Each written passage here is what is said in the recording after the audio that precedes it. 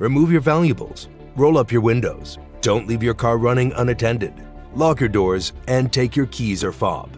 If you have information about a crime, call the police. If you suspect insurance fraud, also call 800-TEL-NICB. A public service message from the National Insurance Crime Bureau. When a warrior faces adversity, he fights through it. He finds a way. Freedom isn't free. Rolling strong. Belief. Believe you can, and you will. Wheelchairs for Warriors provides mobility solutions to veterans and first responders injured in the line of duty. Join the mission and visit wheelchairsforwarriors.org. Here's the deal. We gotta set ourselves up. See, retirement is the long game. We gotta make moves and make them early. Set up goals. Don't worry about a setback. Just save up and stack up to reach them. Let's put ourselves in the right position. Pre-game to greater things.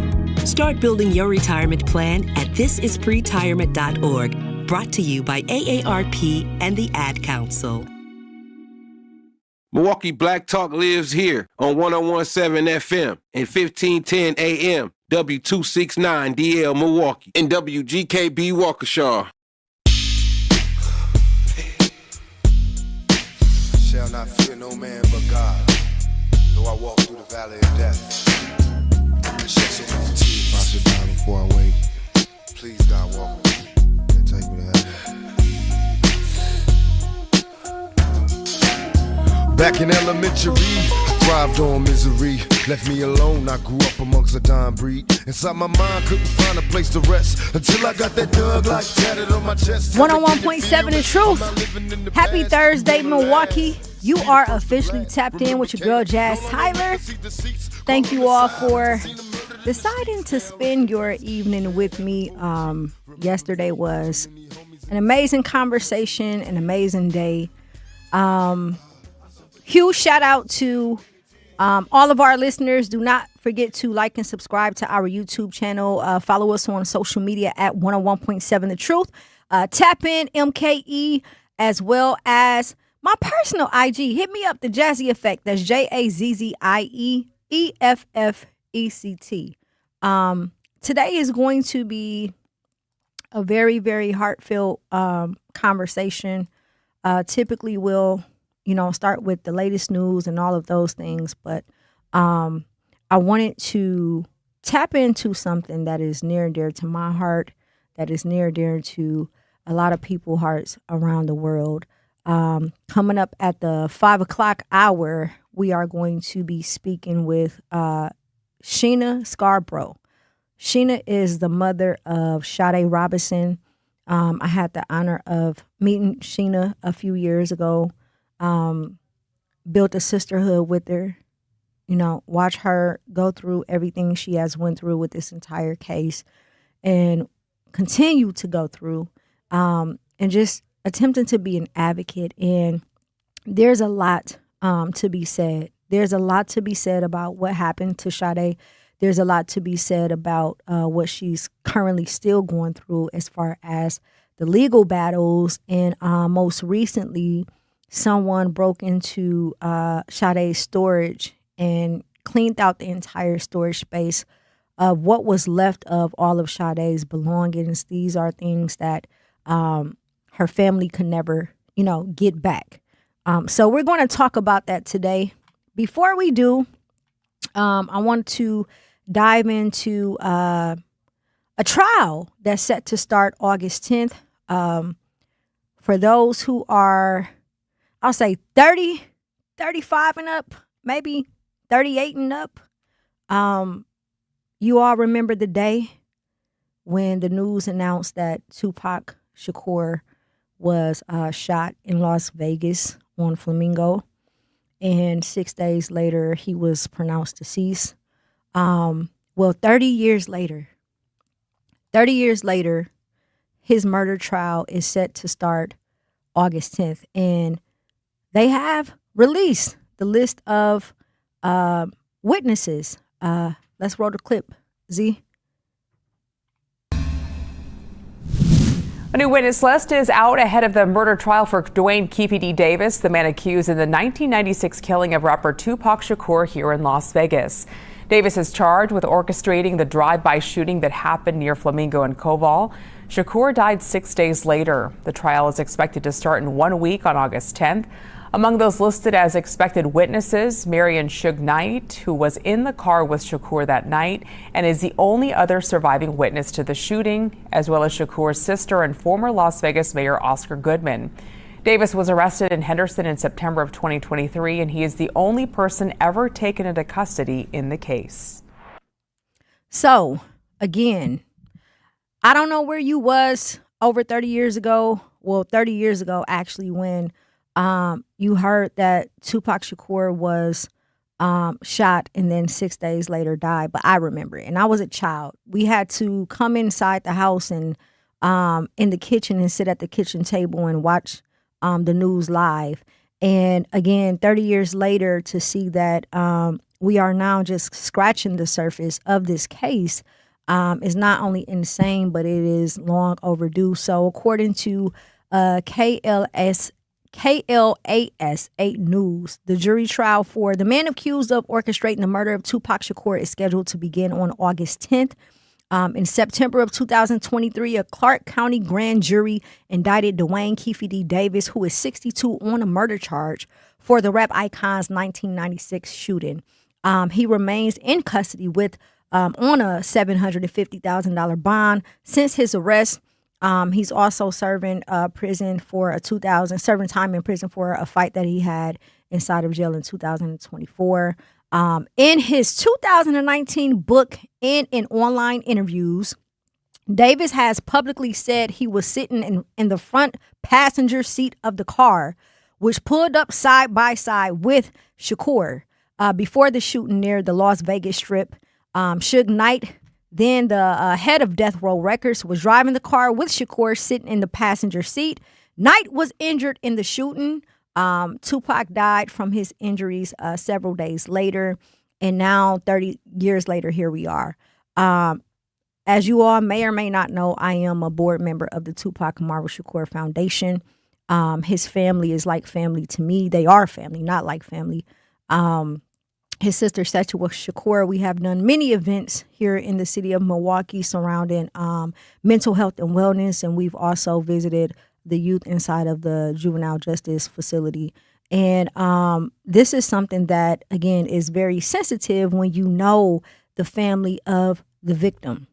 And this isn't, the first situation that I've been in like this. I've worked with many families in the city of Milwaukee who has lost loved ones to gun violence or any form of violence for that matter.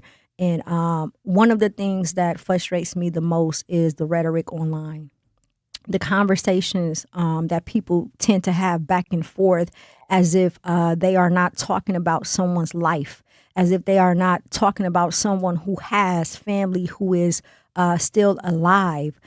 There are many different things with this case that, is going to be exposed. And the reason why I say that is because when you think about the name Tupac Shakur, you think about an icon, you think about a legend, you think about someone who was a part of the movement, you think about a leader, you think about someone who had a backbone, someone who stood up for what it was that he believed in. And it's very tragic that this situation happened. But what's even worse is what happened afterwards. And that's with the estate. There's currently a legal battle for those who do not know.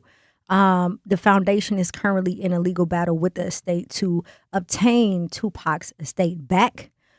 His sister is attempting to get, earn back what she deserves. And that's legacy, right? Not just Pac's legacy, but the entire Shakur family legacy.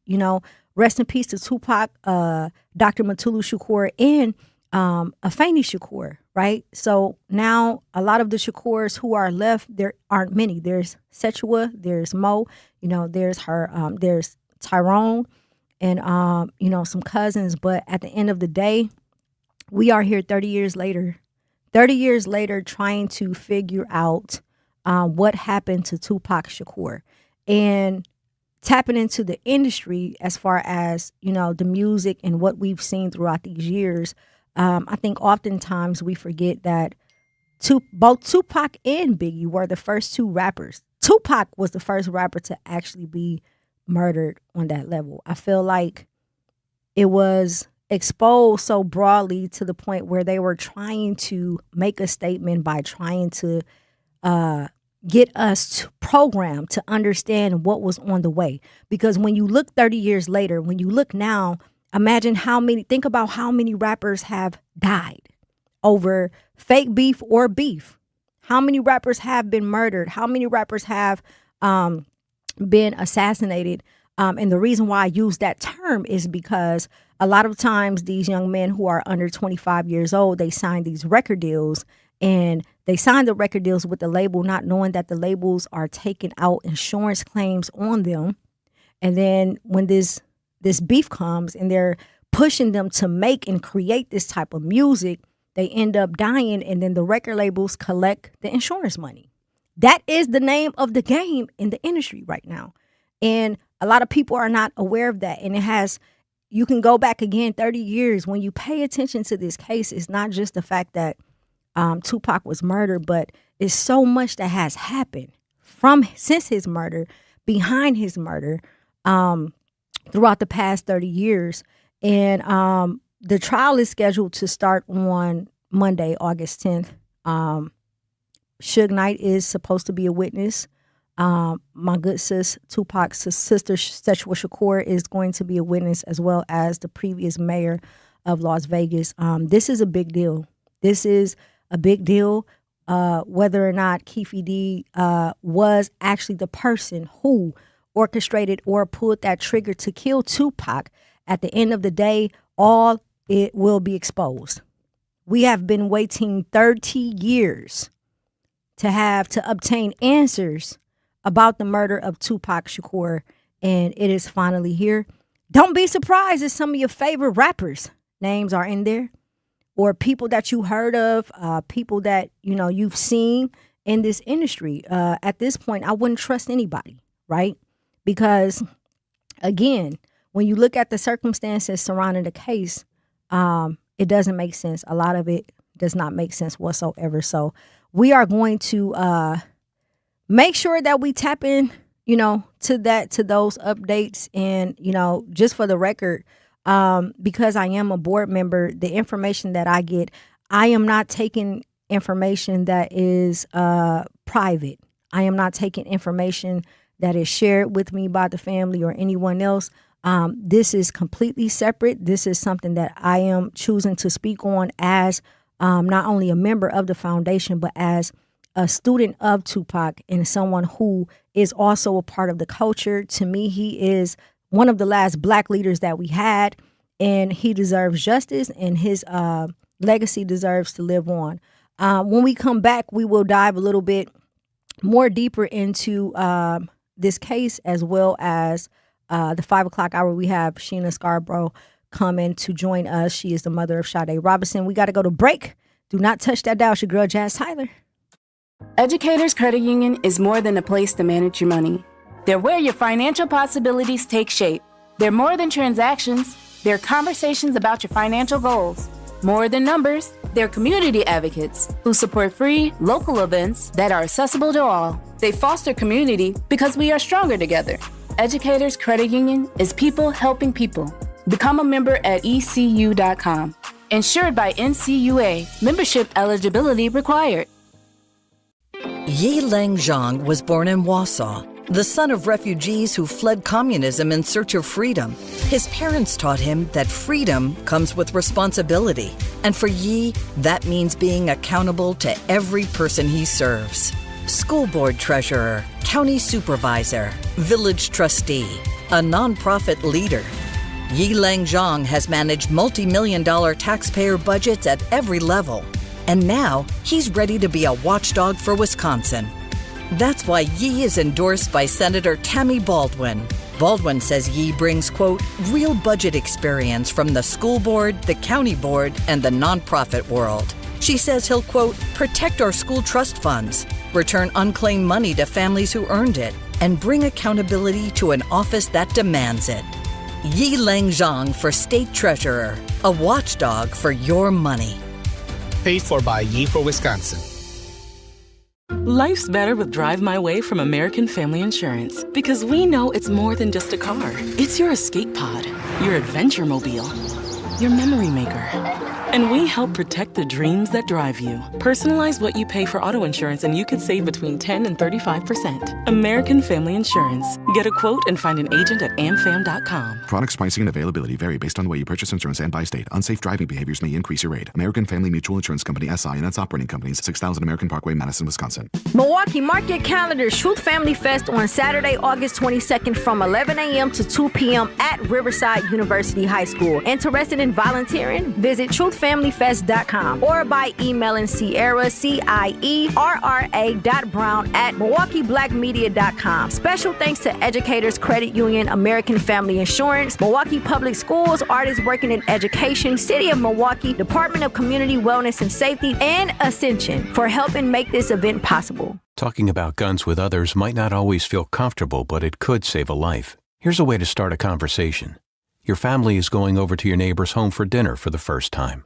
How would you ask if there are any unlocked guns in the home? Hey, we're so excited for tonight. Before we come over, though, may I ask if there are any unlocked guns in your home? Our guns are stored securely, locked in a safe that the kids can't access. Awesome. Learn how to have the conversation at agreetoagree.org. Brought to you by the Ad Council. I won't deny it. I'm a straight rider. You don't want to got the police busting at me.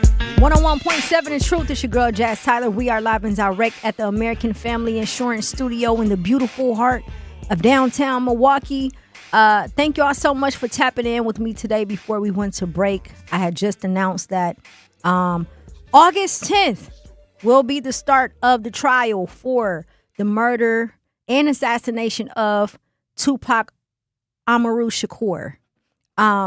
This is something that happened 30 years ago. If you are a part of my generation or the generations before me, you know exactly what that feeling was like when you heard about it and, you know, you ran inside your house, turned your radios up, and then 7 days later, they made another statement that Tupac was gone, was deceased. And they just released the witness list. So Suge Knight is supposed to take the stand. My good sister, Tupac's sister, Sexual Shakur, is set to take the stand, as well as the former mayor of Las Vegas. Shout out to the chat. Madi, I did see your comment when you said that the person who actually put the trigger is deceased. They're just looking for someone to put it on. Well, you know, the trial is going to explain all of that. And the reason why I say that is because this isn't just your typical case. Not because he is Tupac Shakur, but because of what he stood for, what he comes from, what he represented in the brains that he were beginning to change, right? This was more than just a murder. This was an assassination. This was something that had, I'm not saying this as an agreement, I'm saying this in the sense of the way that they operate. You know, to them, it was something that had to be done because he was changing. He was making too much noise. He was changing the minds, the masses of the people. This is one of the last leaders that we had. And people like to sugarcoat it and say, you know, all of the rumors or whatever, oh, he shouldn't have been doing this and gang this and he was hanging with bangers and woo woo. It's much deeper than that.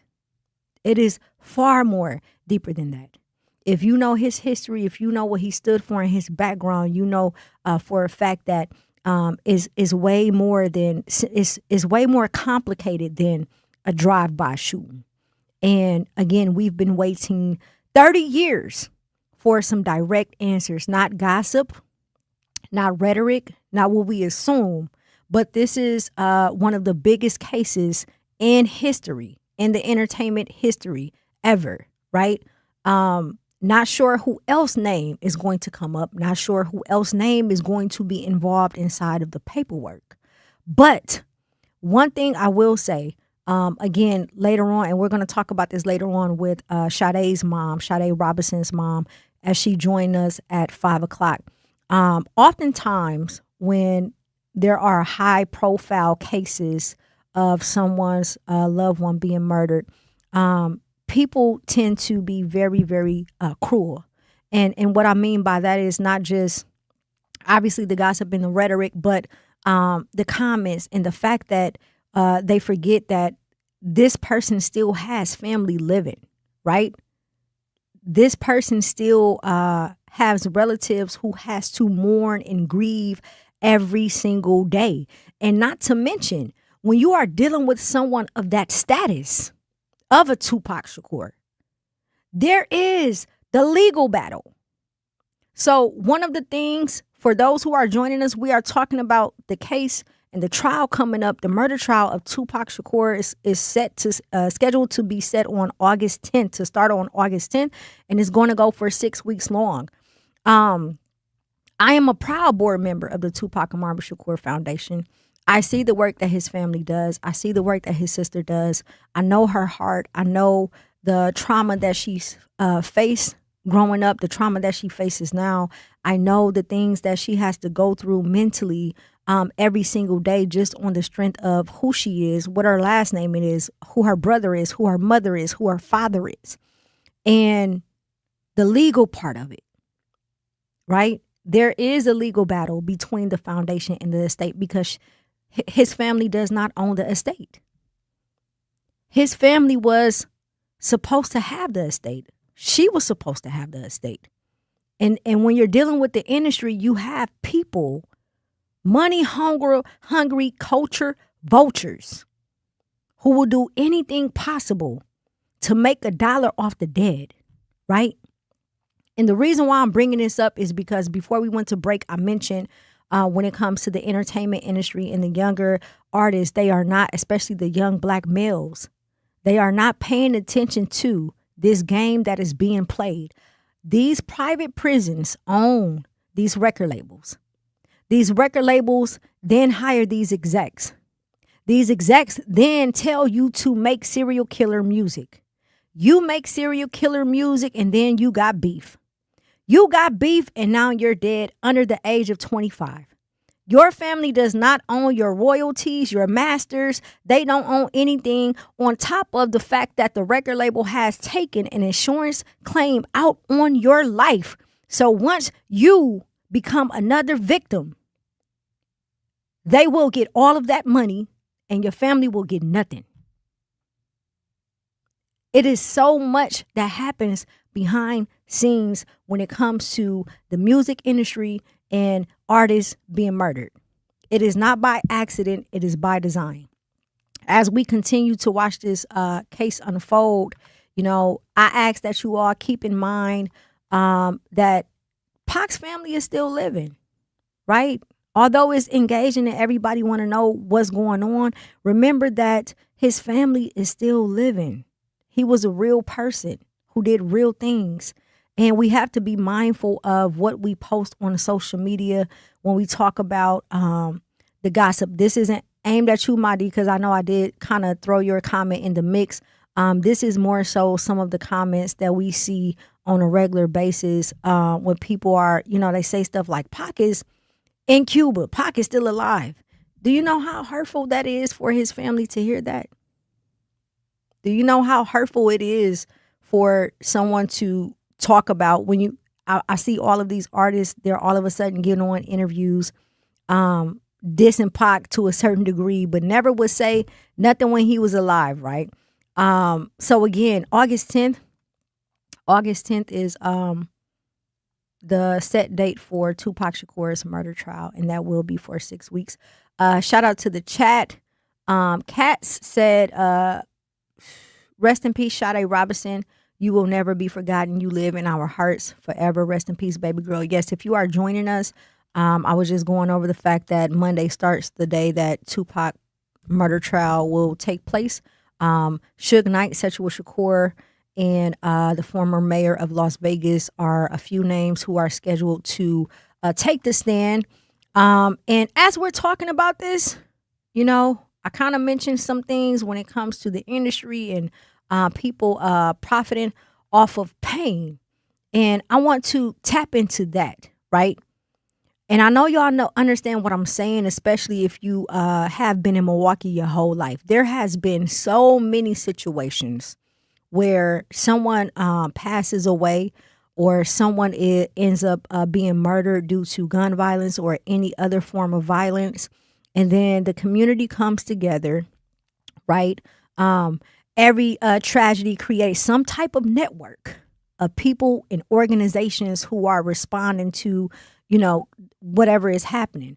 A lot of people play many roles. You got the reporters, the victims, the advocates, the counselors, the attorneys and investigators and community organizations, even the ambulance chasers. Y'all know exactly what I mean.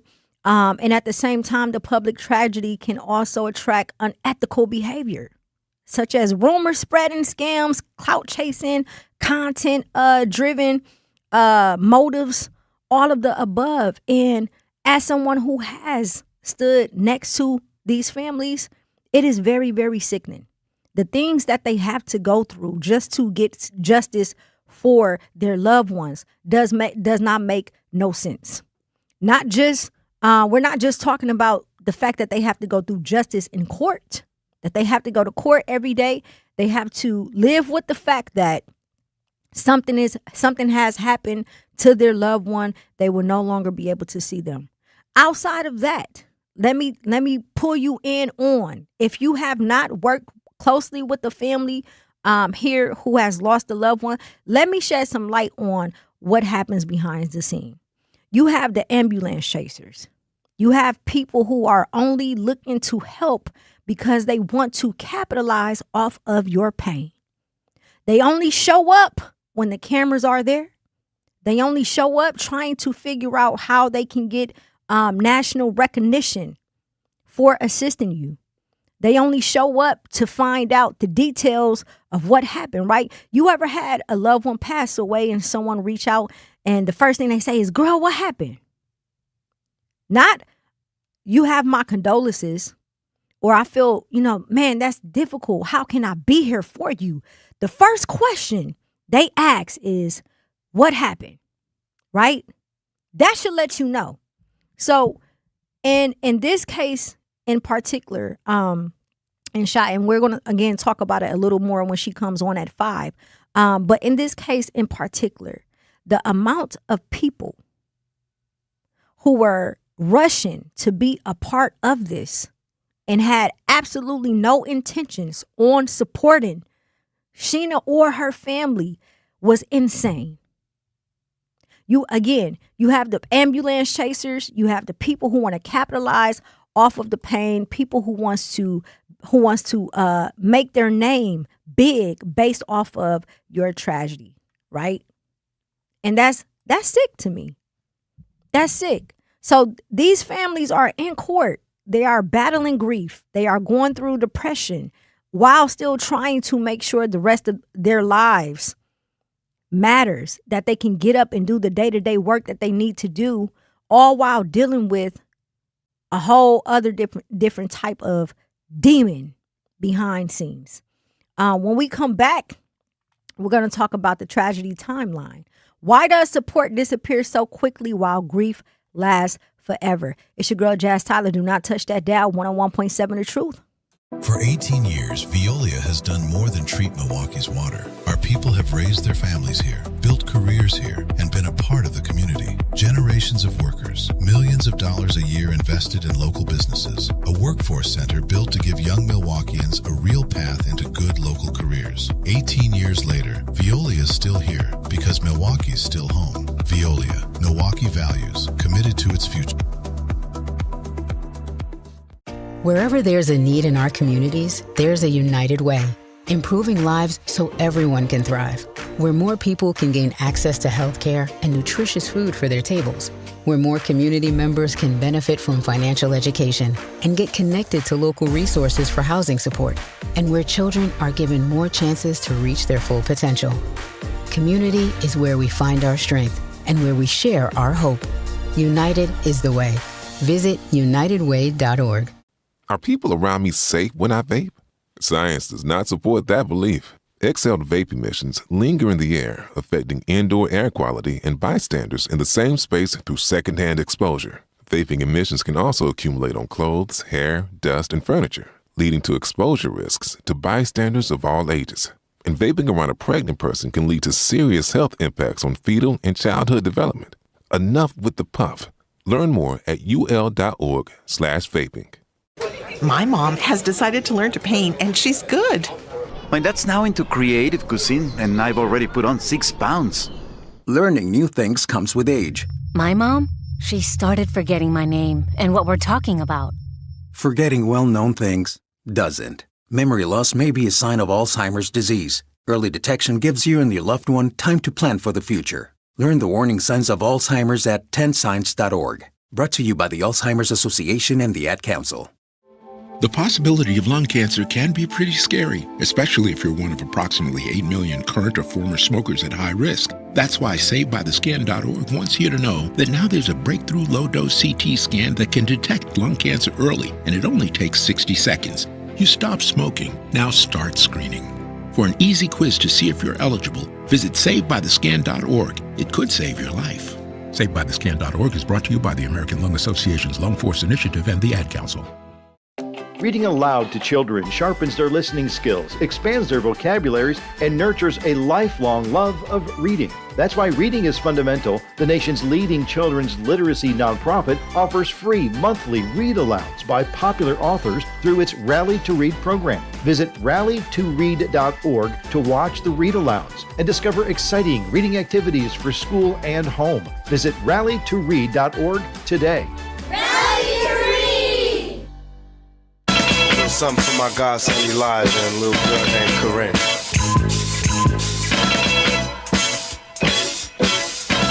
101.7 The Truth. You are officially tapped in with your girl Jazz Tyler. If you are just now joining us before we went to break, I mentioned that August 10th is the start of the legendary Tupac Amaru Shakur trial date. Is set to go for 6 weeks.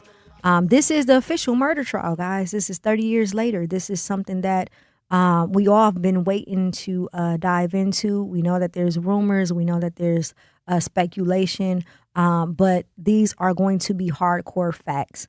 And again, even if you have an opinion about whoever it is that's sitting behind those bars right now, at the end of the day, sometimes you need one small piece to the puzzle in order for everything else to fit and make sense. So make sure, you pay attention to that. Stay tuned to that. At 5 o'clock, we have Sheena Scarbrough. She will be joining us. That is the mother of Sade Robinson. We were just talking about how people tend to capitalize off of the pain, right? Whenever there's a tragic situation that happens, you always have the people that I call them the ambulance chasers. The ones who want to come just to be in front of the cameras, the ones who want to ask questions to figure out, what happened, or trying to get the gossip.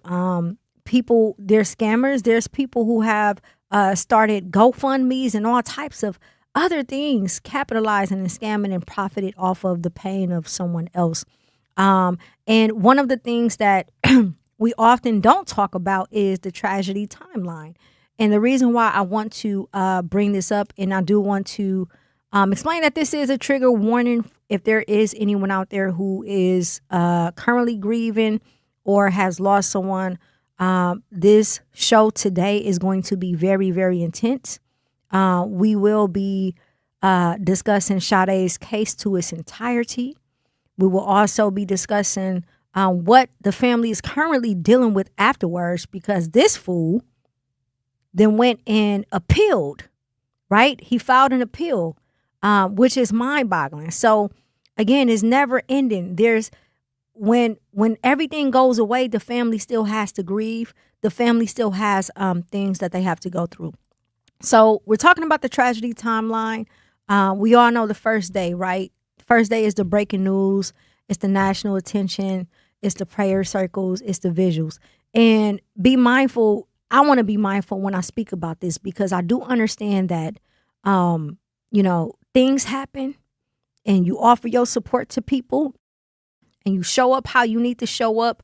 and that your life still has to continue. But we as a community, we have to find a better way of supporting the families of the victims. And if this don't apply, let it fly. The reason why I say that is because I've been out here a long time, and I know who comes around because they're genuine and they genuinely want to help versus the people that come around who attempt to capitalize off of the pain. This isn't just always community grassroots organizations. Sometimes it's lawyers. Sometimes it's coalitions. Sometimes it's, a long lost family friend. There are many people who began to have access to the family during a time of vulnerability, which is not safe. So the first day, they're going through all of this, right? We're walking through it so that you can begin to understand their minds and how to support them. The first day is always about the breaking news, the national attention, the prayer circles, the vigils, everybody just trying to grasp what is going on. I remember when Sade, when this first broke the news, I could not, for the life of me, focus that entire day. And every time I looked at her, she reminded me of the young lady in Chicago, Kanika Jenkins. If you guys ever followed that case, Kanika Jenkins in Chicago, she was found in the hotel freezer, right? And they were saying she was set up by her friends and all of this stuff. But when I looked at Sade, I was like, she kind of favored Kanika Jenkins. And it made me feel away. It made me feel away because I couldn't understand for the life of me why this happened. So as you begin to go into the first week, there's media coverage, there's community support, fundraisers, and things of that nature. So when you're dealing with the family who has just lost a loved one, understand first and foremost that they are not in their right minds. They don't know if they're coming or going. One day they may be up, the next day they may be down. Actually, not even a day, hour. It can vary per hour. It's an emotional roller coaster, right? They're trying to cater to everybody around them with whatever is left that they have inside of them. And they are in a very vulnerable space.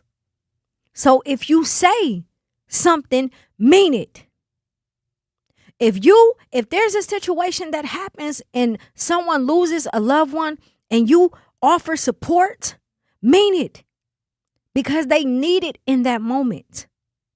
Don't come up playing games. Don't come up having any type of motives. They are really going through something that cannot be explained. And unless you've been through it, you wouldn't understand. So you got the first day, you got the first week, and then a month later, here comes the national headlines, interviews, right? It begins to, it's going to pick up as the trial goes on, but this is when certain people start to be weeded out. This is when you can now see the agenda at hand, if there is an agenda. And the reason why I say that is because typically there always is. Whenever we have you see it with Nolan Wells. You see it with the brother that's in Madison, right? Pay attention.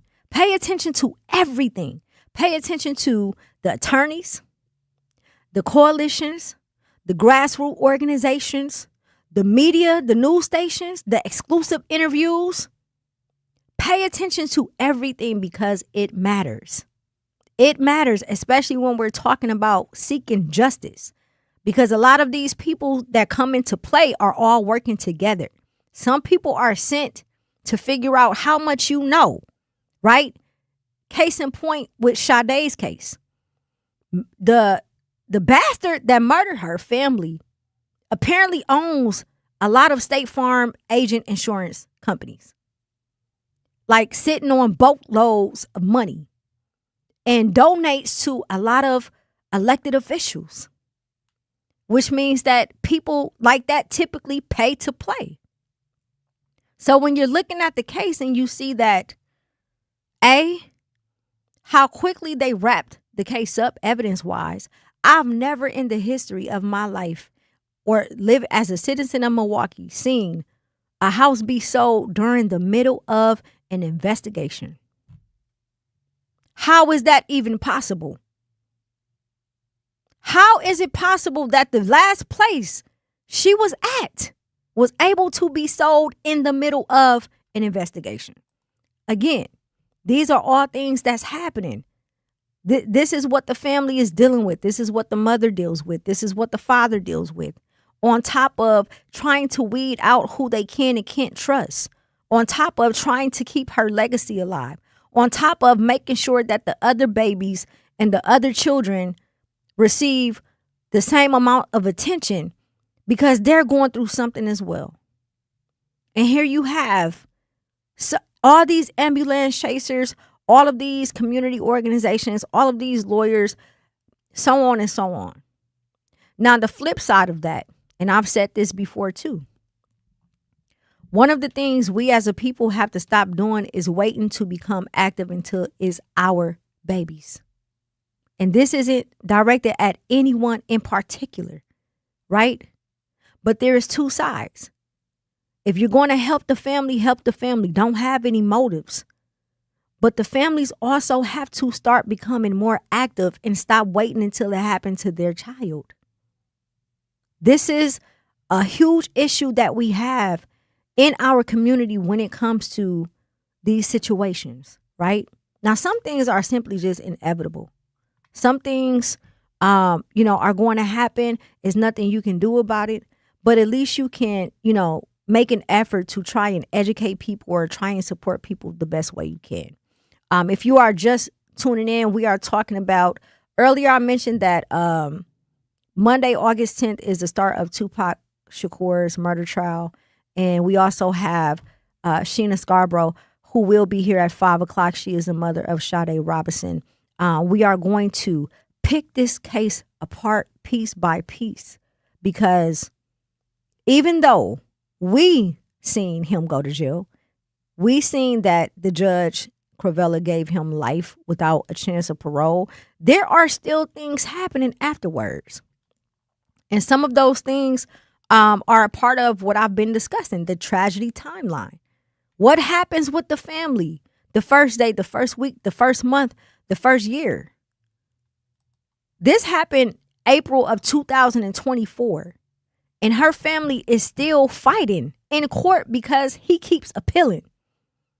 Her family is still fighting because someone decided to rob the storage of all of Sade's belongings, and now her family doesn't have any more sentimental values, anything that's sentimental value of hers.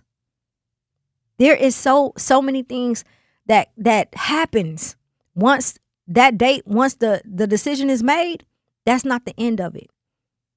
And if you are someone who is a part of the community, you are someone who wants to support, there's a guideline.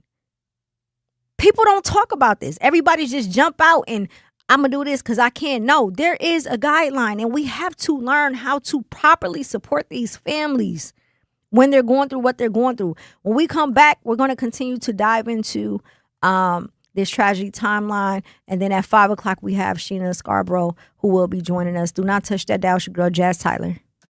This is an urgent message about voting in Wisconsin. The primary election is August 11th. This is your chance to help decide Wisconsin's future. Early voting is happening right now, and Election Day is next Tuesday, August 11th. Go to myvote.wi.gov to find your polling place. And remember, you can register to vote right up through Election Day. Make your voice heard. Go vote. Paid for by Wisconsin Future Rising. We asked parents who adopted teens to share their journey. When I met both of them, it was like my missing pieces were found. Like it was just like an instant, these are my kids. If you're considering adopting a teen, just do it. Kids need families. I don't care the age, everybody deserves a family. Learn about adopting a teen from foster care. Visit adoptuskids.org to learn more. A message brought to you by Adopt US Kids, the U.S. Department of Health and Human Services, and the Ad Council. Not completing high school is more of a social thing than it was an academic thing. Even though all these years have passed, I still had that longing to have my diploma.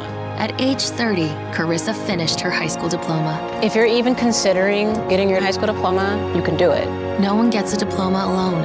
If you're thinking of finishing your high school diploma, you have help. Find free adult education classes near you at finishyourdiploma.org. That's finishyourdiploma.org. Brought to you by the Dollar General Literacy Foundation and the Ad Council. Hear that? That's the sound of your life. Perfectly imperfect.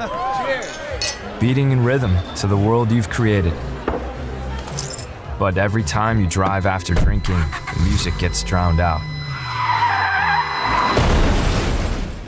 Your life sounds pretty great. Don't let a buzz ruin it. Buzz driving is drunk driving. Don't drive buzzed. A message from NHTSA and the Ad Council. Doctors Without Borders is delivering life-saving medical care where it's needed most in communities around the world. From bandaging war-wounded patients in Sudan to providing clean drinking water in Haiti, we're in more than 70 countries worldwide, bringing patients from sick to recovering, from emergency to aid, from crisis to care. This life-saving care is made possible by a global movement of supporters like you. Thank you.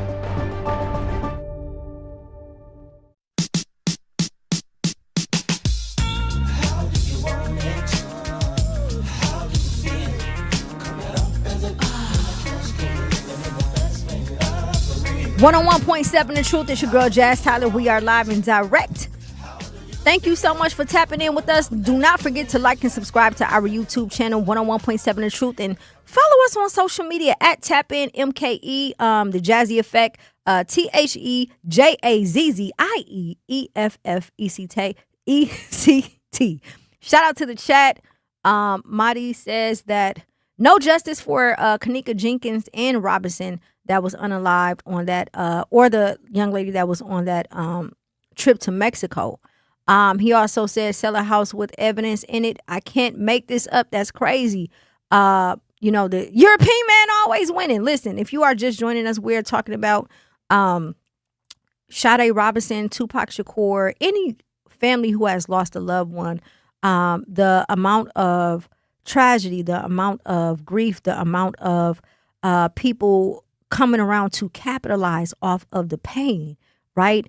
The things that you lose, the things that you go through, there should be some type of protocol set in place when we are helping these families.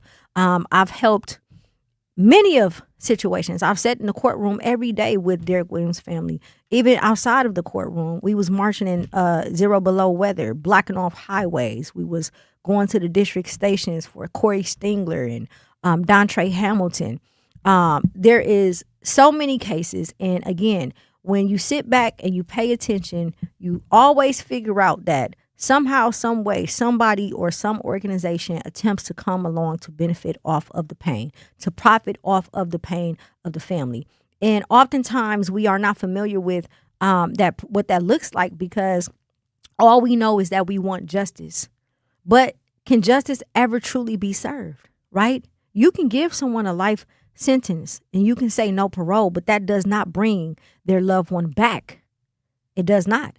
Case in point, Sade Robinson, her murderer was convicted to life in prison, and yet this fool then filed an appeal, which means that he's purposely tormenting this family. Not only did he file an appeal, he refused to tell them where the rest of her body is. This is a trigger warning for those who are listening. I do apologize in advance, but this show today, we will be going into graphic details about this case so that you all can become more familiar with what is still happening with Sade Robinson's case. This case is not over. He refused to tell. They were never able to find her crown. He refused to tell the family where the rest of her body is. Now he's filing appeals, which means that he keeps making them come back to court. And every time they go back to court, they keep reliving the same situation over and over and over and over. And then you have certain people around, right? No one in particular. But what happens in situations like this is there's going to be specific people around who offers fake support, and they are going to keep you living in grief so that they can continue to profit off of your pain. Yes, girl, do that interview. Yes, girl, fight it. I'm going to sit there in the courtroom with you, right? 24/7. Because in the back of their mind, they know that they have an agenda. In the back of their mind, they want to, again, I said earlier, you ever had a conversation with someone, you lost a loved one, and the first thing they ask you was what happened? They don't say, do you need anything or my condolences? They ask you what happened. There's so many people like that out there. I know y'all know somebody in the city of Milwaukee who lost a loved one. And then as soon as they pass away, everybody and their mama come out of the woodworks. In which they should. They're not wrong. They're showing empathy. But it's those few that stay around, right? It's those few that every time a camera comes, they hopping in front of the cameras. And they're taking advantage of these families in such a vulnerable moment. And it's something that we don't often talk about. So we were talking about the tragedy timeline. What happens the day of, a week later, a month later, a year later. And my question to you all is, does compassion expire or does our attention simply move on? There's so many things that happen at such a fast rate when it comes to our people that sometimes it's hard to dish out, and it's hard to cater to each situation emotionally because it's so much. But there are some cases that you just cannot ignore. Tupac case is one of them. Sade Robinson case is another one. Derek Williams case is another one. Kanika Jenkins case is another one. Nolan Wells case is another one. Jaylani McCoy case is another one. There are so many things that happen, but these cases are prominent. These are the cases that stick to you. These are the cases that cause you to lose sleep at night. Right? Especially when it happens right here in your own backyard. Shout out to the chat. Cray Cray says, on top of that, Maxwell Anderson was tracked by phone because Sade had an app on her phone, and they have bus footage of him getting on the bus. The killer face is clear as day. And the killer has Sade DNA inside his hoodie, sweatshirt that was found in the garbage can. Yes. And we're going to talk about that once Sheena joins us here shortly. We're going to dive deep into this case. Another reason being is not only because she needs support after the fact, because they're still fighting. But again, remember, this happened right here in our own backyard. That means that this man was living in this city. Somebody you know that knows somebody that knows somebody lived on the same block. Went into that bar he used to work at and seen him before. Maybe seen him on a bus. But at the end of the day, he was walking around here. Where you walk around, where you drive around. This happened in our own backyard. Marie says her car was parked by 30th and Lisbon, northeastern corner. They knocked the building down where he parked her car next to. And the crazy thing about that is too, man, listen, when I was refreshing myself on this case, the first thought that came to my head is this got to be the world's dumbest criminal. And even the detective said it. You can tell he was panicking because the things that he did just didn't make sense, right? And he was caught after he set the car on fire. After he set Sade's car on fire, there is footage of a lady saying he did it. They said, who did it? Him right there. Why you do that? She talking to him. Why you do that? And he walking out, going along his merry way, right? And not to mention, they found photos of Sade in his phone. This is what sealed the case. There was photos of Sade naked in his phone. She was deceased, and he was doing activities with her corpse. And he deleted the pictures, not thinking that the iCloud backed it up and saved it, so the detectives were able to obtain the pictures from his phone. The only thing I disagree with about this case is the fact that they did not charge him with premeditation, because she met him at Victor's 3 days prior, going for a job interview, and then he took her out on a date 3 days later. I don't know if it wasn't enough evidence to say that it was premeditated, but based off the testimony that his ex-girlfriend gave, to me, I would assume so. So Maxwell Anderson's ex-girlfriend came to the detectives and told them that a year prior, when they were together, he mentioned to her that he wanted to take her to his secret place. It's a secret beach. He would not give her the address. He just showed her how to get there. So the detectives tested her. Okay, show me how to get there. And guess where it was? The same beach where Sade Robinson's body was found. And then he told her some other things that didn't make sense to her. So by her confirming that lets them know that that silhouette that they see in that video that's dark wee hours of the morning is him.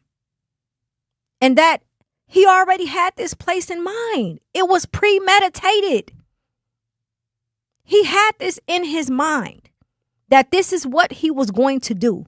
These are not the actions. Not all of them are the actions of somebody who just made something up off the top of their head. Come on now, Milwaukee. We live here. Especially if you're from the hood, you know a couple killers, a couple shooters, somebody. You know somebody who done did something. When somebody wants to do something, they're going to do it. And you also know when something is a random act. This was not a random act. He lured her on a date. He enticed her to take her on a date. When you look at the footage, he's not even interacting with her as if he's interested in her. He's sitting next to her as if she's just another customer, right? Then they leave. They get in her car. They go back to his place. And the video footage that they obtained from the neighbors across the street shows both of them walking into his house together. But at 2-something in the morning, he's the only one who left. You could see two silhouettes in the window, and then hours later, you only see one. After that, there's footage throughout the entire city of him driving her car around for hours. For hours. He then took her car and her body to the beach. Began to dismember her body. Again, this is a trigger warning. We are talking about the Sade Robinson case. We will be joined by her mother here shortly. He took her to the beach and began to dismember her body at 4-something in the morning. And he thought he was slick, but he didn't know that Adriana, Sade's little sister, had the 360 Life app on her phone. When we come back, we are going to finish discussing the Sade Robinson case. We will be joined by her mother here shortly. Do not touch that dial. It's your girl, Jazz Tyler. Milwaukee, we need more leaders. If you're a man 24 or older, it's time to stop talking about change and be the change. Join the 100 Black Men of Milwaukee, where successful men come together to mentor youth, strengthen our community, and build the next generation of leaders. Your experience, your wisdom, your legacy, it all matters. Visit Milwaukee100.org, click membership, and apply today. 100 Black Men of Milwaukee. What they see is what they'll be. Join us for the 16th Annual Bronzeville Week, the premier celebration of Milwaukee's rich African-American legacy of culture, arts, history, and entertainment. Bronzeville Week takes place Saturday, August 1st through Saturday, August 8th. Bronzeville Week starts with the Harambe 5K Walk Run, followed by the Bronzeville Cultural and Art Festival, and ends with the Bronzeville Art Walk. From fashion shows, dance demonstrations, and conversations about Bronzeville, to entertainment, great food, and natural hair expositions, the 16th Annual Bronzeville Week includes it all. Log on to milwaukee.gov/Bronzeville for a complete list of events. Bronzeville Week is presented by Alderwoman Milele, ACOG's Historic King Drive Bid, Bader Philanthropy and Thrive On, and the City of Milwaukee. Milwaukee, mark your calendars. Truth Family Fest on Saturday, August 22nd from 11 a.m. to 2 p.m. at Riverside University High School. Interested in volunteering? Visit truthfamilyfest.com or by emailing Sierra, CIERRA.brown@milwaukeeblackmedia.com. Special thanks to Educators Credit Union, American Family Insurance, Milwaukee Public Schools, Artists Working in Education, City of Milwaukee, Department of Community Wellness and Safety, and Ascension for helping make this event possible. Mommy, can I sit in the front seat just this one time? Please, please, please. No, not yet. But why? Because I love you, and you're just not ready yet. Now, get in the back so I can get you in your car seat, please. Putting your kids in the right seat for their age and size is an act of love. Check that your kids are in the right seat at NHTSA.gov/the right seat. Love protects. A message from NHTSA and the Ad Council. In sitcoms, when someone has a problem, they just blurt it out and move on. Well, I lost my job and my parakeet is missing. How was your day? But the real world is different. Managing life's challenges can be overwhelming. So, what do? We get support. The Huntsman Mental Health Institute and the Ad Council have mental health resources available for you at loveyourmindtoday.org. That's loveyourmindtoday.org. See how much further you can go when you take care of your mental health. For 250 years, our armed forces have bravely served America. Wounded Warrior Project honors that legacy by supporting post-9/11 service members and veterans like Anthony, a Marine who was injured by a roadside bomb in Afghanistan. They carried me through my injuries, not just my physical, but my mental. And seeing other vets doing the same thing helped me tell myself, hey, you can do this. Join us in honoring warriors at woundedwarriorproject.org/America. Milwaukee Black Talk lives here on 101.7 FM and 1510 AM, W269DL Milwaukee, and WGKB Waukesha. Yeah.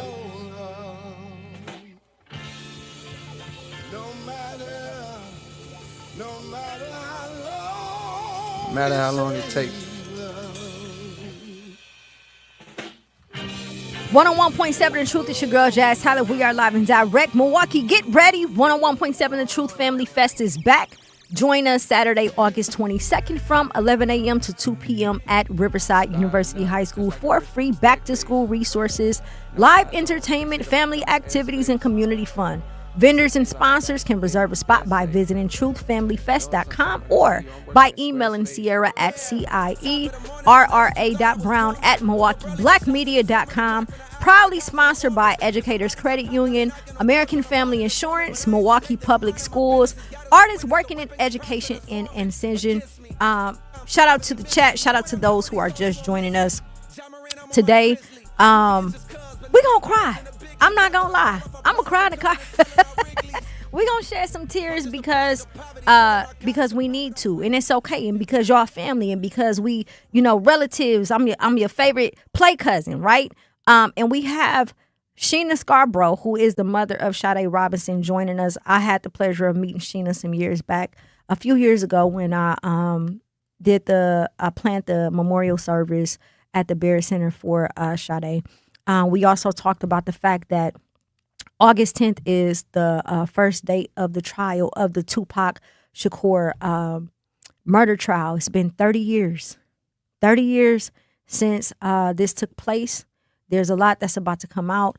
As we continue to talk about the families and, this case in particular pertaining to Sade, I just want to give a trigger warning that when her mother comes, we will be going through the case every step of the way. So if this is something that is intense for you, I do apologize in advance, but it's imperative that we understand the dynamics to its entirety so that we know what we're dealing with. And also because the family continues to fight. After that sentences, they still are fighting. And lastly, because it happened in our own backyard. This crazy guy has been walking around this city prior to this happening, right? So before we went to break, we were talking about the specifics of the case. The fact that he was not charged with premeditation is something that I don't agree with because all signs lead to premeditation. So again, real quick, just running it back from the top for those who are joining us. Sade Robinson walked into Victor's 3 days prior to her being deceased to apply for a job. She was already working at the country club. She was already working at Pizza Shuttle. She was a college student set to graduate, I believe a year or two later, if I'm not mistaken, a year later. And she went into Victor's to apply, did the interview, met this fool, and I'm not going to say his name because he don't deserve to have his name said. I'm just going to refer to him as the fool. She met the fool, and 3 days later, she was murdered. He took her out on the date. When they went on the date, the detective analyzed the footage and showed that it was awkward. He didn't show any signs of interest in her. He would not look at her. He would not talk to her. He just sat there next to her. And then when they left to go to another bar, or left the restaurant to go to the bar, they began to play beer pong with another couple. And that was the first time that you can kind of see her laughing and them interacting. But overall, it doesn't look like he's interested, which again brings me back to premeditation. Because if you aren't interested, first and foremost, you knew how she looked when she came to apply. So there's a such thing as being shy, and there's a such thing as somebody not being interested. He's not trying to. This is me tapping into like I'm a psychologist. I'm not, but this is my opinion. When I watch these shows, one of the things they talk about often with these psychopaths is that they try to do things to make sure they don't gain any type of emotional attachment, right? And that's exactly what it looked like. It looked like he wasn't trying to become emotionally attached to her. So they leave the bar, he gets in her car, and they go back to his house. When they arrive at his house, you can see from the footage across the street, 2 people walking in his back door. You see the silhouettes of 2 people through the upper window. Hours go by and you only see one person, and you only see one person leave. Where's Sade? Then he takes her car and drives it around the city for 2.5 hours. And he ends up at the beach where he dismembers her body and puts her body in the water, or scatter her body across whatever it is that he did it there. He had a large backpack on. He leave and go back home. The hoodie that he had on, he threw in his neighbor's garbage. He took her car on 30th and Lisbon and set it on fire. Got on the bus after he said, again, world's dumbest criminal, got on the bus after he set it on fire and text her phone the next day to try to cover his tracks. Not knowing that, the pictures in his phone he deleted of her corpse and him fondling her corpse were retrieved by his iCloud. His ex-girlfriend had came forward and told detectives that a year prior, when they were in a relationship, that he mentioned he wanted to take her to his secret place. He refused to give her the directions, and instead he showed her how to get there. So what the detectives did was test her and say, well, show me. And when she did, she took them to the beach. Then they found in her trunk Sade's clothes. Her pants were turned inside out and her underwear were still wrapped up in her pants, like as if you're laying there and somebody just pull your pants off. And they were laid neatly in the trunk of her car. Her clothes were. But it was the pictures that put the icing on the cake. He kept saying he didn't do it. He didn't do it. I didn't do it. I think an excuse that he gave was that when she left, someone must have kidnapped her in his alley or something that was insane, right? But you have pictures in your phone. And her clothes is in the trunk, and you took your hoodie, and put it in your neighbor's garbage can, and it had Sade's DNA on it. Now, another thing, I'm sure the detectives looked into this, but another thing that was weird to me was the people that found her. And maybe they had nothing to do with it. I'm just wondering who's just walking on that beach. When you look at the beach in the clip, it's not a regular beach like if you go to Bradford Beach. The whole scenario of it, to me overall, was weird. Shout out to the chat. Madi says, I got 4 daughters. Cases like this makes me deeply heated. I will never look at white people the same. I've been told how they are. His relatives should be paid his relatives should be paid a visit, selling that house, knowing more dead bodies in the house. And that was another thing. If I'm not mistaken, that there was some type of tunnel or hole in the basement or on the side of the house. And his family is sitting on boatloads of money. And they were able to sell this house in the middle of the investigation.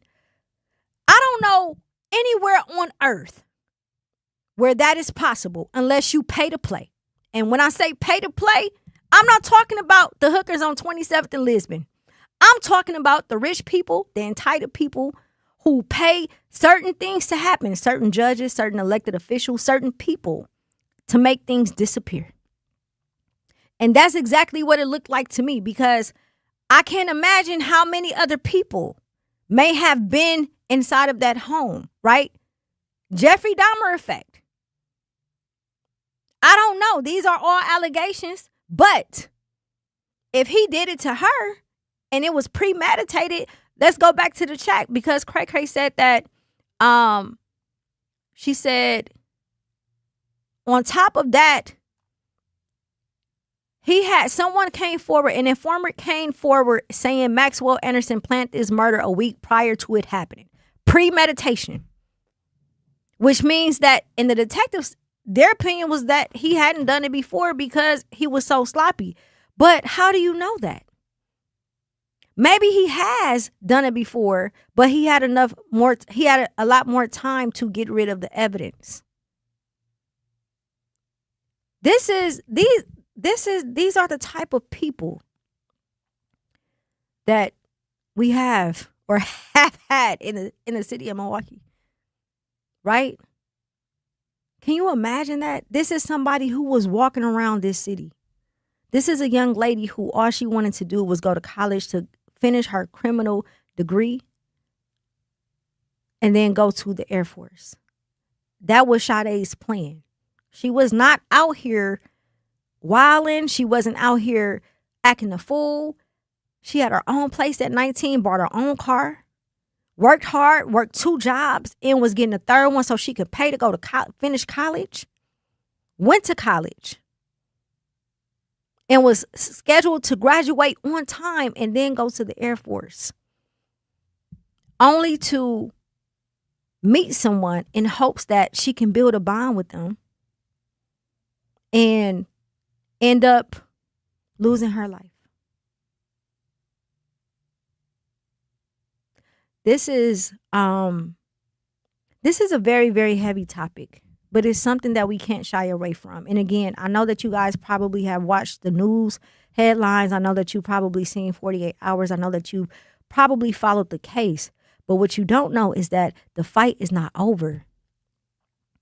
The fight isn't over. He has been sentenced to life in prison without parole. However, he has appealed, which means her family has to continuously go to court every time he does that and relive this tragedy over and over and over. On top of her things coming up missing, her storage unit coming up missing, right? Let's talk about it. When we come back, we're going to dig into this a little more. Do not touch that dial. It's your girl, Jazz Tyler. I'm Sherwin Hughes, and I know the power of Stars and Stripes Honor Flight firsthand. As someone who's been on an honor flight, I can tell you it's a day you'll never forget. Stars and Stripes Honor Flight gives our oldest veterans who served in any location in June of 1975 or earlier a free one-day trip to Washington, D.C. for veterans. Airfare, meals, a coach bus tour, and special flight apparel are all included. It's a day of honor, gratitude, and camaraderie. Veterans who served in the Vietnam or Korean War go to flySSHF.org and ask for an application. Almost half of Milwaukee kids attend a school outside of MPS. Their parents chose those schools. Their families built those schools. Francesca Hong wants to end that choice. They'd phase out of Milwaukee's parental choice program. They'd shut down public charter schools. They'll force tens of thousands of Milwaukee families back into a system that's already failing our kids and can't accept them. On August 11th, vote for candidates who fight for our kids. Paid for by Leaders for a Better Community, Inc. In the United States, a vehicle is stolen every 31 seconds, about as long as this message. Luckily, you can take a few easy steps to protect your car in the same amount of time. Remove your valuables, roll up your windows, don't leave your car running unattended, lock your doors, and take your keys or fob. If you have information about a crime, call the police. If you suspect insurance fraud, also call 800-TEL-NICB. A public service message from the National Insurance Crime Bureau. I always had to be so good, no one could ignore me. Carve my path with data and drive. But some people only see who I am on paper. The paper ceiling, the limitations from degree screens to stereotypes that are holding back over 70 million stars. Workers skilled through alternative routes, rather than a bachelor's degree. It's time for skills to speak for themselves. Find resources for breaking through barriers at tearthepaperceiling.org. Brought to you by Opportunity at Work and the Ad Council. Milwaukee, your weekdays have a new rhythm. Start your mornings with conversations that matter. Again, I'm the legendary Homer Blow, along with my girl, Bailey Coleman. Truth in the Morning with Homer Blow and Bailey Coleman. Weekdays, 7 to 9 a.m. Then keep it locked with the voice of the community. And the more you know and the more skills you have, the more training you have, the better off your community is. The Truth with Sherwin Hughes, 9 a.m. to noon. Lunch is on us. Turning up your midday vibe. It's your boy Ray Nitty and my co-host Maybe Shannon. It's the lunch break with Ray Nitty and Maybe Shannon, noon to 2 p.m. And don't stop there. Keep the conversation going with The Grapevine with Manan Sabir. That's right. I'm your host, Manan Sabir. Bringing the stories and voices you need to hear, 2 to 4 p.m. Then we're closing out your day with energy. Lots of it. It's your girl, Jazz Tyler. We are live and direct. Tap in with Jazz Tyler every afternoon, 4 to 7 p.m. Your home for Milwaukee Conversations. The award-winning 1017 The Truth. I'm Chris Jakovic. I served in the United States Air Force and I deployed 3 times.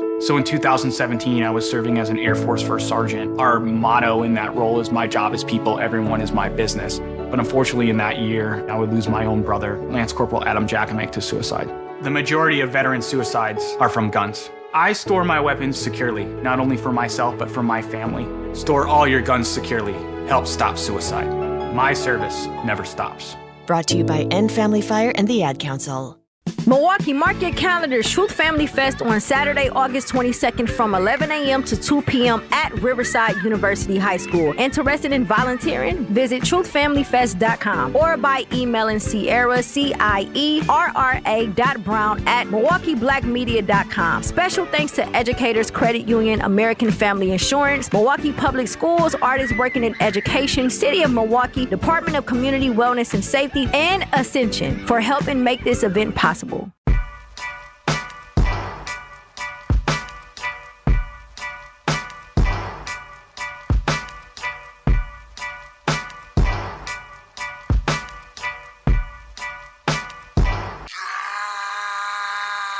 Pull up in motorcades. I got a show today. It's all I'm trying to do. Hustle and motivate. Choppers a throwaway. Hustle the overweight. That's why they follow me, huh? They think I know the way. Cause I took control of things. Ballin' the solo way. And if you pattern my trend, I make you my protege. Slossin' that soldier race. Don't know them days. Take you in back of the buildings. Make you expose your rage. Take you across the tracks. Make you explode the face. Now you official now. But you got a soul to save. I just been cooking that new. I'm about to drop in a few. Think if I call it the great, the people gon' call it the truth. I ain't really trip on the credit. I just paid all of my dues. I just respected the game. Now my name all in the news. 101.7 The Truth. It's your girl, Jazz Tyler. We are live and direct. Thank you all so much for joining us this evening. Before we went to break, we mentioned that August 10th is the official start date of the Tupac Amaru Shakur trial, murder trial. It's been 30 years. We are going to continue to cover this story. Always sending my love to my good sis, his sister, Sechua Shakur, and the entire Shakur family. And we also tapped into the Sade Robinson case, and we are joined by Sade's mother, big sis Sheena. Thank you so much for joining us today, Sheena. Hey, Jazz. How are you? I'm here. I'm present. Yes. Is it a pleasure to be with you, sis? You know, I got nothing but mad love for you. Our connection is in sync. Yeah. You know, I don't want to go too deep, but Yeah. I have mad respect for you. Congratulations to Thank you. what you're doing, your walk, your path, how you have been encouraged and, you know, chosen and selected to do the things you're doing. It's a gift. Everybody does not have that ability to do the things that we do as light workers, you know, putting out energy and helping others. So I'm proud of you, sis. And, you know, a lot of people may not be aware of how we have connected. Yeah. If you don't mind me sharing. Yeah. Jasmine was a stranger to myself and my family prior to I met her May and 24. Yep. And we initially bonded and connected. She literally did the entire memorial for Sade Robinson, and I have so much mad respect for you. What you did at the Barrett Center, and you put together when I was at a place where I could not move or think. So I just wanted to acknowledge and give you that. I'm trying to wait a little bit before we start crying, Sheena. I know, I don't want to get too deep, sis. You know, like no, but first and foremost, thank you. Thank you for allowing me to do that. You know, I'm not big on cameras and being in the forefront or nothing like that, but we've had middle of the night conversations, you know, 2 or 3 in the morning. I understand you and your spirit, and I know that this affects you more than just because you're her mom, but because of the type of being that you are. You're empath. So we feel more than other people. So this has hit you, yes, because it's your daughter, but because you're able to feel the entire situation to its entirety. Before we dig into it, I want to give you your flowers, because not only was Sade, she did graduate, because y'all did go accept her diploma. Yes, Sade is an official graduate. And now Adriana has received a full ride to Harvard University. And that speaks volumes about you as a mother. And it speaks volumes about how y'all rise in the midst of trials and tribulations. So congratulations to you and Adriana. Despite of whatever is happening outside of that, know that what has happened does not determine your motherhood, the woman you are, the battles you face with your health. That you are still here and you standing and you fighting. And as long as you keep standing and fighting, we gonna stand right next to you and fight with you. Thank you so much for that, Jasmine. Of course. So Appreciate you, sis. Let's start from the beginning. Sade. When I see Sade, I used to want to cry, right? When it first happened. Mm-hmm. Now when I see her, I see a butterfly. I see a spirit that was light, that was full of energy. For those who did not know Sade, what type of child was she from the moment you held her in your arms when she was born up until that morning when she FaceTimed you? What type of child was Sade? Oh, wow. That's deep, Jasmine. Man, Sade was the most, you know, from birth. She was born in Mississippi, okay? So, like, Vicksburg, Mississippi, that's our hometown, from Mississippi to Milwaukee. Sade was, from the beginning, she was one of the most happiest babies. She was, you know, a lot of people, you know, early moms, they talk about, you know, like how their motherhood is raising their babies. I'm going to sit here and literally say I was blessed Yes. with both of my daughters. And, this is on God's spirit, like to be, my kids, Sade and Adriana, they are, I couldn't ask for another better set of kids. Yeah. Literally. Both of them from birth to up and now, like I implemented and installed everything I possibly could to the best of my ability. We're not perfect people. Right. Like we're not perfect moms. We're going to learn and maneuver as we go through things and we grow through things and we groove through things. But like at the same time, like I fought so hard, Jasmine, to get both of my babies to a place to make sure that they are not being, allowing all of these layers. There's going to be barriers and challenges with anything and everything we do in life, Yes. But to be able to maneuver and accomplish a lot of the barriers and the tactics that, myself and my daughters went through, and to have them both be at a place where they're 18 and successful and they're graduating school and they're heading to college. This is everything a parent asks for. You get to this place and this point, and then all of a sudden some entity, some dark entity comes and takes your child in the most brutal way. Yeah. So it's been challenging. Yeah. Jasmine, like on every layer, for myself, for my family, because I put in so much, and I'm at a place now where I was, I'm supposed to be enjoying what I put in, traveling with my daughters. I have no grandkids yet. I haven't been to that spot. Yeah. And so we traveling. Sade loved traveling. Yeah. She had her passport at 18, like she was all over the place. Jamaica, she was independent. She traveled alone, and she's taught me so much, like within this time, like through spirit. And you talk about the empathic ability that we have. Thank you for bringing that up. Yeah. Because I am very spiritual, and I'm always connected to my daughters in spirit, and that's our connection. Yeah. It's nothing to explain to others, but when we know things, we are connected. Absolutely. Absolutely. Leading up to this, Sade was on the path of graduating and had then wanted to join the Air Force afterwards. How excited were you when she decided to enroll in college? I was, I'm that mom, like, I maneuver all their stuff. They're like, get back. Adriana just want me and out of her Harvard stuff. Like, I'm a Harvard mom. Like, baby, come on now. If you don't get out the way and let me manage this stuff, like, I didn't work hard. Yes. But, I'm an MATC mama, too. I'm an MATC alumni. I'm a Riverside University High School alumni. I'm a Golda Meir High School alumni. Shouts out to Golda Meir and Riverside University High School.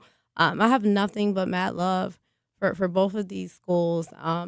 People do implement and mention a lot of things, not to get off topic, Jasmine, but about the school system and like how we implement things. It's just, a word of encouragement to the other parents and, individuals that are out here maneuvering the Milwaukee public school system or any other school systems across the nation, because a lot of the things that I get from a lot of individuals that outreach me from other places and even here, the challenges and the barriers with the school system, the teachers and maneuvering.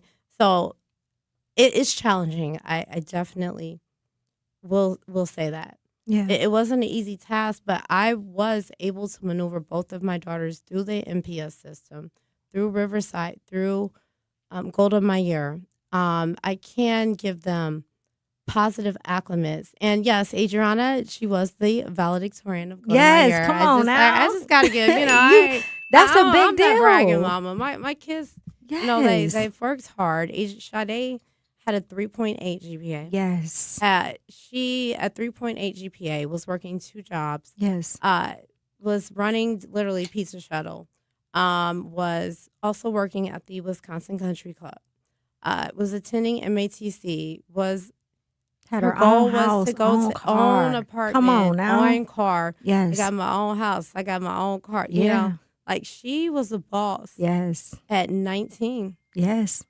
Yes. Yes, indeed.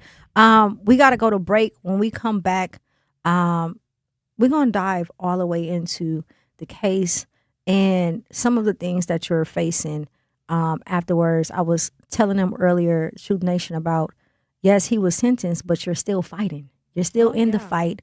And then later on, we'll touch on what's happening with the storage unit as well. Do not touch that dial. We got Sheena Scarbrough in the building. It's your girl, Jazz Tyler, 101.7 The Truth.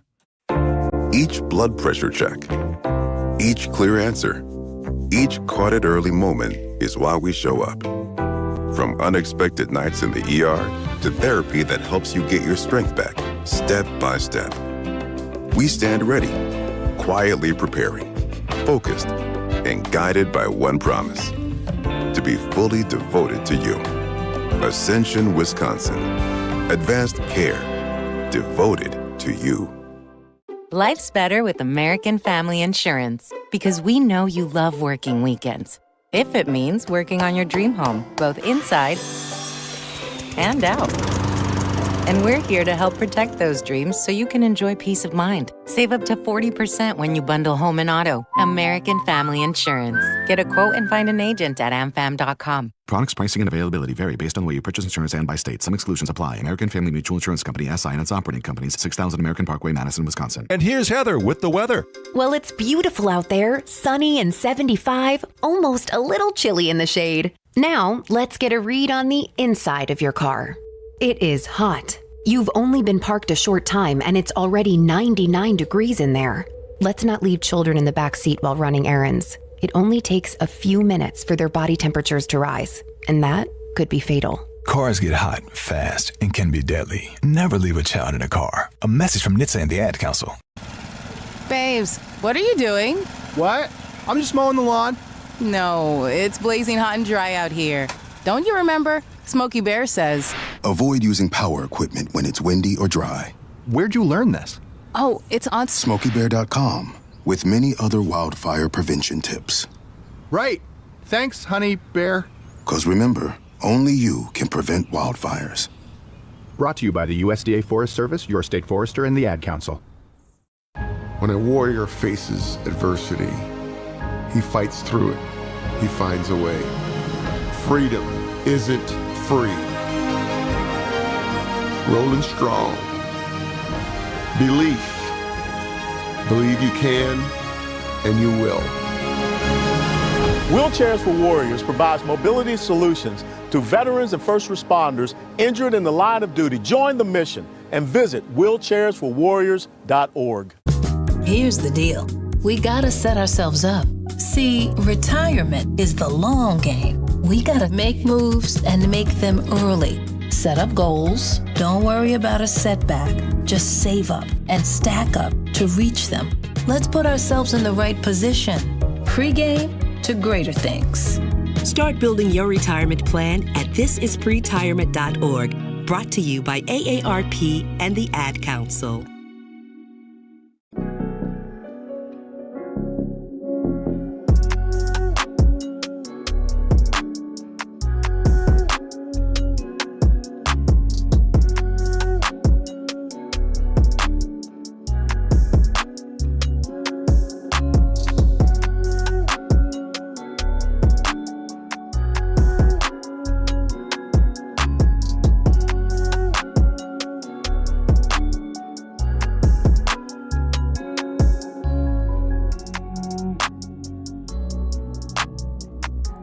One on 1.7 The Truth. It's your girl Jazz Tyler. We are live and direct.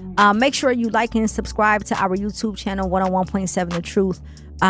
We have Miss Sheena Scarbrough, my sister, in the building. This is the mother of Sade Robinson. Rest peacefully. Continue to rest peacefully, baby girl. We are talking about a lot, Truth family. Listen, as I stated earlier, this show today is a little bit different. This is, it's tough. It's trigger warnings. Just letting you all know now because we're going to go step by step as it pertains to the case. And the reason being is because we are all family, right? There is things that our loved ones, people we know who has gone through things such as Sheena, that no one can ever imagine going through. We have to figure out ways to show up, not just during trials, not just during when the news and cameras are there, but afterwards as well. So Sheena, thank you again for joining us. Thank you, Jasmine. I love the fact, for those who are joining us, before we dive into this case, I just want to reiterate that Sade is a college graduate. Shout out to MATC for still giving you guys her diploma and allowing you guys to, come on stage and accept her diploma. And not only that, Sade's little sister, your other daughter, shout out to Adriana. She has a full ride to Harvard University. Let's freaking go. I'm a Harvard mama. Come on now. Again, it's a testament to the strength of you as a mother, as a woman. So congratulations again on that. So I met Sheena. She brought it up, when she first joined us. I met Sheena in May of 2024. They were planning the memorial for Sade, and I was over planning that event at the Barrett Center. And we had an amazing memorial. Got a chance to sit down and talk to you. And then we ended up building our own relationship outside of that. And nobody see me. They don't see me on the camera. They don't see me in a place to be because that's not my job. My role is to show up how I need to.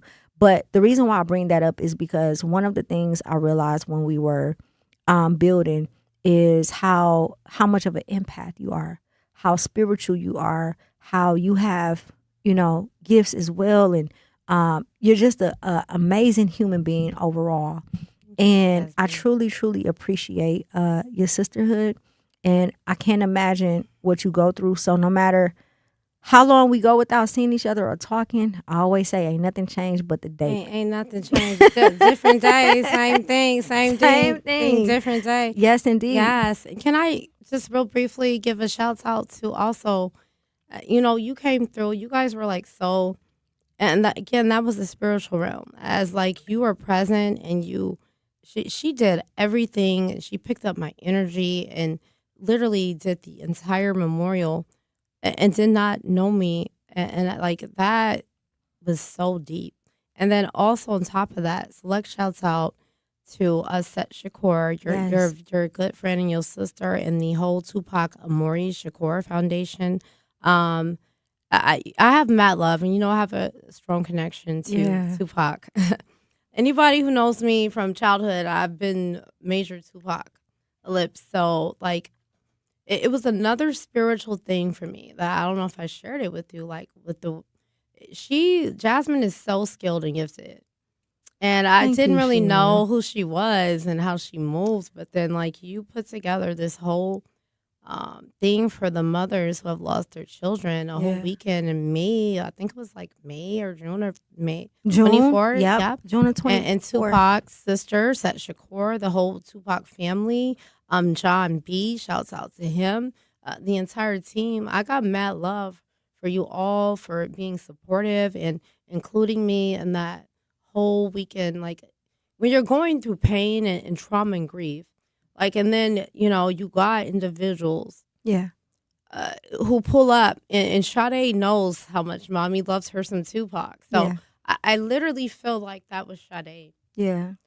Sending you all to comfort me because like she knows of all people, mama's with Tupac. And so to meet and spend time with Zech Shakur that whole weekend, and she's such a beautiful angel as well. Yeah. I have mad love for her. It was a defining moment. Like these are the stories that people don't know that I love, right? So we were at the Cooperage, and we were doing a panel discussion around mental health and wellness. And in the middle of the discussion, you made a comment, and I seen your soul. And you kind of like it's like everything you have been carrying, you just let out. And we stopped the entire event. We stopped the entire show. Everybody got up, moved the chairs, and we all just stood around you and prayed over you. And it was like the power in that room that day, I felt like something was released, right? I feel like we've had this conversation many times offline about that entity that was involved in this case and the spirits that entity carried and how heavy it was. And during that time, it felt like a lift, like something had lifted. And I'm glad that you got a chance to, spend time with us. I'm glad that you allowed us to spend time with you as well. And I'm glad that we're able to talk about it, because these are the things behind scenes that I'm trying to get our community to understand what needs to happen, how we supposed to show up, not just with the cameras and not just with the rhetoric, but show up in a way that people don't even know, Yeah, the trauma and pain that crime victim families and moms, I'm connected to a lot of the mom angels that you kind of, and that literally was through that weekend, kind of meeting some of the other angel moms in Milwaukee. Yeah. And some of the other crime moms. And I know we all have our own walks and our own stories. And I have mad respect for all of the angels, and I want justice for all of our babies in the Milwaukee community. Yes. Okay? So each of us have our own path and our own walk. And it's pretty, it's heavy with every situation, but you have to take every situation different. You have to assess. Every individual has their own plan of care. Like, my baby story is not the same as such and such story. Exactly. We both lost our babies, but we have that same pain, but I'm able to connect. That's been a part of one of my, I can't say healing, because as you're healing, as a crime grief mama, is freaking surreal. Yeah. The layers that I have been challenged with are not normal. I wouldn't put this on any other individual, some of the layers and things that I'm going through. Yeah. And I don't want to be too heavy, but I do want to stay connected to you with what we're saying about the community and helping other individuals. And other individuals have outreached me a lot. And I want to do mad respect. Thank you to everybody in the Wisconsin that has been pulling up in the 414 Milwaukee, supporting us wholeheartedly. Yeah. Yeah. There's so many individuals. Adam Carr is one of my good close friends. He helped implement her Memorial Park bench at the Warnermount Park. Becky with the Milwaukee Parks Foundation. There's a lot of individuals. David Crawley. There's a lot of county. There's a lot of layers to this. Yes. And even talking about implementing park memorial benches for your family members. Yes. This is one of the things the foundation is trying to implement for other crime victim families. As I'm trying to maneuver a lot of layers, putting together a foundation off the ground. I ain't never done this before. Yeah. I ain't never ran a business. I ain't never ran a foundation. I come from a mental health background. Yeah. I've done a lot of, I have a bachelor's in psychology. I was in graduate school, Jasmine, Yeah. to get my LPC. I was in a graduate school at Concordia to become a licensed professional counselor. It was 2 weeks I was in school, and then the detectives were at my front door knocking. I was tutoring part-time and in graduate school full-time. 2 weeks in, to be a community licensed professional counselor. And I have detectives at my door that your daughter's car has been found torched on April the 3rd. That our lives have not been the same since April 3rd of 2024. Yeah. We have not moved the same. Myself, Adriana, my parents. I've been nonstop fighting for 28 months now. Yeah. 28 months. August 1st made 28 months that this demonic Maxwell murderer entity took my daughter for no reason.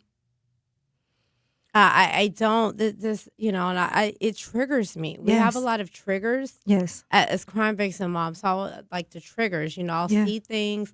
So sometimes I take breaks from the media. Yeah. The news. Like, I have to, as I maneuver to protect myself and my peace, it's a lot of layers. Yes. And Yes. I want to give shouts out to the people that have been pulling up to support me And I love them that are part of the foundation that are doing things, but there also are a lot of entities that are not meaning good. That's right. There's a lot of vultures. Yes. And I keep it real because this is the truth. Yep, that's right. And we was talking about it. And we got to go to break. We're going to talk about it when we come back. Do not touch that dial. It's your girl, Jazz Tyler.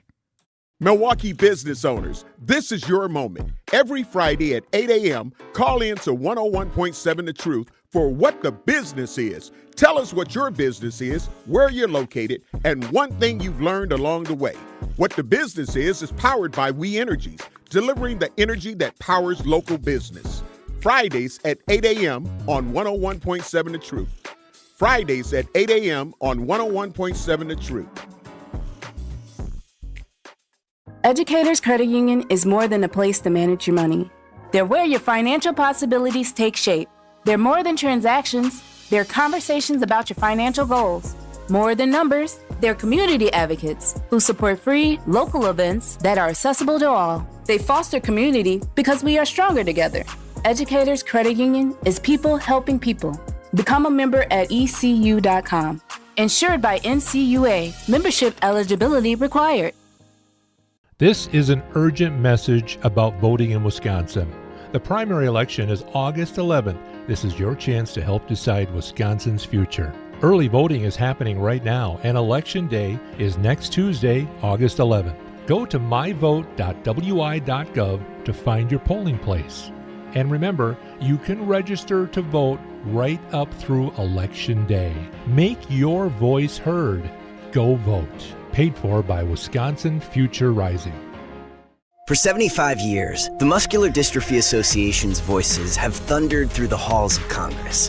For 75 years, we've willed the impossible into existence. For 75 years, the MDA community has pushed the science, shifted the narrative, and established the field of neuromuscular medicine. And until that day when this is all a thing of the past, you couldn't stop us if you tried. Join us and celebrate 75 years of breakthroughs at MDA75.org. Talking about guns with others might not always feel comfortable, but it could save a life. Here's a way to start a conversation. Your family is going over to your neighbor's home for dinner for the first time.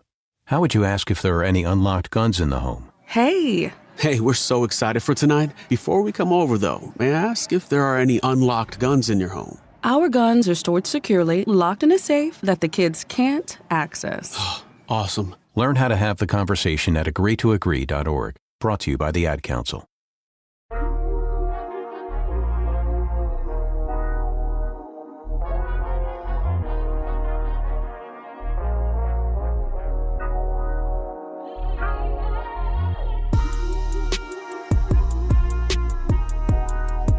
One on 1.7 The Truth. It's your girl, Jazz Tyler. We are live and direct, and we are joined by my good sisters, Sheena Scarbrough, the mother of Sade Robinson.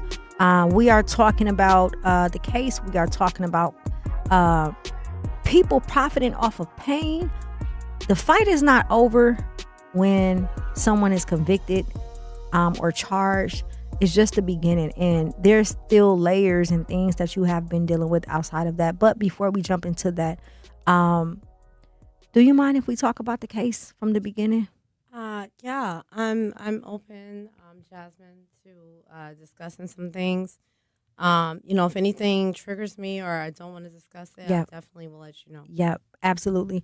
So, let's go back to the beginning. To my understanding, you received a FaceTime from Sade that morning, and that this happened. And 3 days prior to that, she went to a bar for an interview, which is where she met. I don't call him by his name. I call him the fool. That demon. Yeah. The Maxwell murderer. The Maxwell murderer. My daughter, she's like any other 19-year-old, and this goes for all the moms, because I am that mom that implemented, and we had an open. We had open conversations. We shared everything. She was my mom's best friend. Yeah. We were a strong, connected family. We're very connected. So, I'm that parent that stays present and does everything. And so for something like this to happen is surreal. That day I spoke to her, Jasmine, that morning, she FaceTimed me.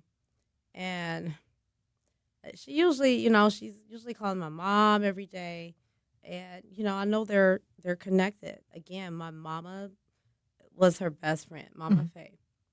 Uh, for her, when they say that she was at an interview, like with that book, there's a lot of layers that I still am researching. There's a lot of unanswered questions, but my daughter had 2 jobs. and then they tried to pull some stuff, Jasmine, about like that. It really triggered me in the trial about my daughter was a drug dealer, and They she had planted some it. stuff, and like, man, are you kidding me? My Yeah. daughter ain't do nothing like that. She ain't move like that. Mhm. Bro, Yep. my mama and my sister brought her that pink safe to keep all her money in because she had tips falling everywhere. My daughter was money attracts us. Yeah. You know what I'm saying? We're not money hungry. We're not those type of individuals. We're Right. not about money, but like anything monetary is like money attracts to us. Period. Yeah. That's just the way it moves.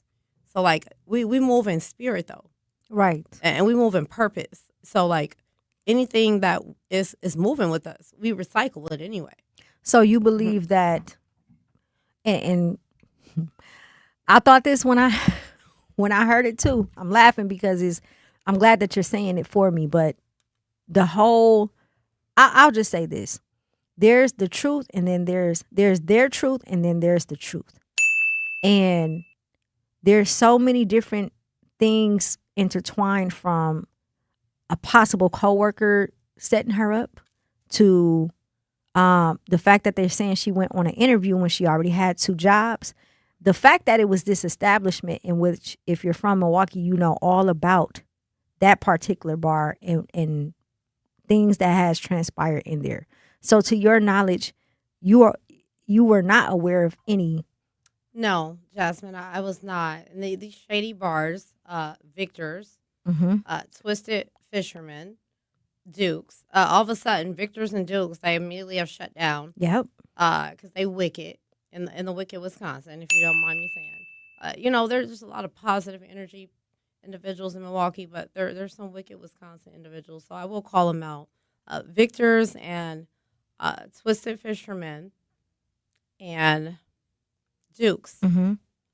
They should not. They all are on camera serving my minor child. Mhm. Alcohol. It's all Come national. on. It's national news. It's Yep. national made. We seen you serving. So I will be coming for all those individual entities. Mhm. They tried to shut the bar down, but whoever was at that bar, you're all on camera, baby. That's I right. will get to you. That's You right. on my list. You added to the list. That's you right. individual entities will be held accountable because you know better. You didn't ask my daughter for ID. Why are y'all sitting here serving her alcohol? Mhm. She's 19. Right. I'm not moving like that. Right. Yeah, I'm not moving like that. I'm very appropriate. I don't play that with my, Yeah. period. Like, yeah, I'm in college. A lot of college kids, we do that. Yeah. You move, but like at this end of the day, this was all caught on camera. Yeah. These individuals serving my daughter, she was not looking for no additional jobs. She didn't mention no additional jobs to myself, my mother, the close individual entities. Mhm. There was no job she was looking for. So she did not meet him because she was looking for a job. Did someone connect her with him? I believe she met him through some coworkers, okay? And it's all going back to Pizza Shuttle. Yep. Okay, because my daughter was, I was a little bit concerned at one point, like, when your kids, I'm that mama checking the app, where you at? Mhm. And she kind of hanging out a little extra after work with some of her coworkers. Yeah. So it's a little something Yep. extra up at Pizza Shuttle with some of the people she was running with, and I didn't really like it. Yeah. I was like, Sade, who are these people you going out with? Because Sade usually didn't go out. Mhm. She wasn't no bar hopper individual. Yeah. So, like, when I see all these videos and these bars, this shit, oh, I'm sorry. It's okay. Excuse me.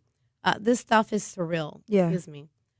It is surreal, but it's natural for teenagers and college students. I did stuff in college. I went to Right. Alcorn State University. I'm an alumni of Hines Community College. I'm from Mississippi, Warren Central High School. Shouts out. I'm from Mississippi to Milwaukee. Okay, so like we moved a little bit different in the smaller cities and Yeah. the country areas from how we move, and like the Milwaukee moves a little bit different from Mississippi. Yeah. and Milwaukee was a little different from Florida.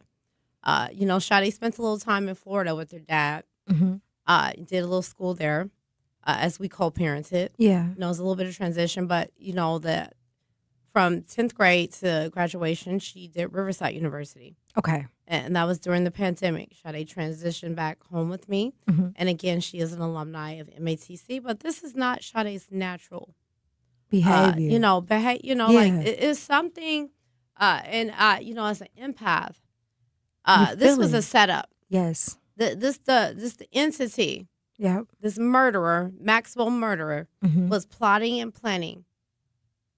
And there's a lot of information. Yeah. We just got started, Jasmine, because a lot of individuals think that we got justice.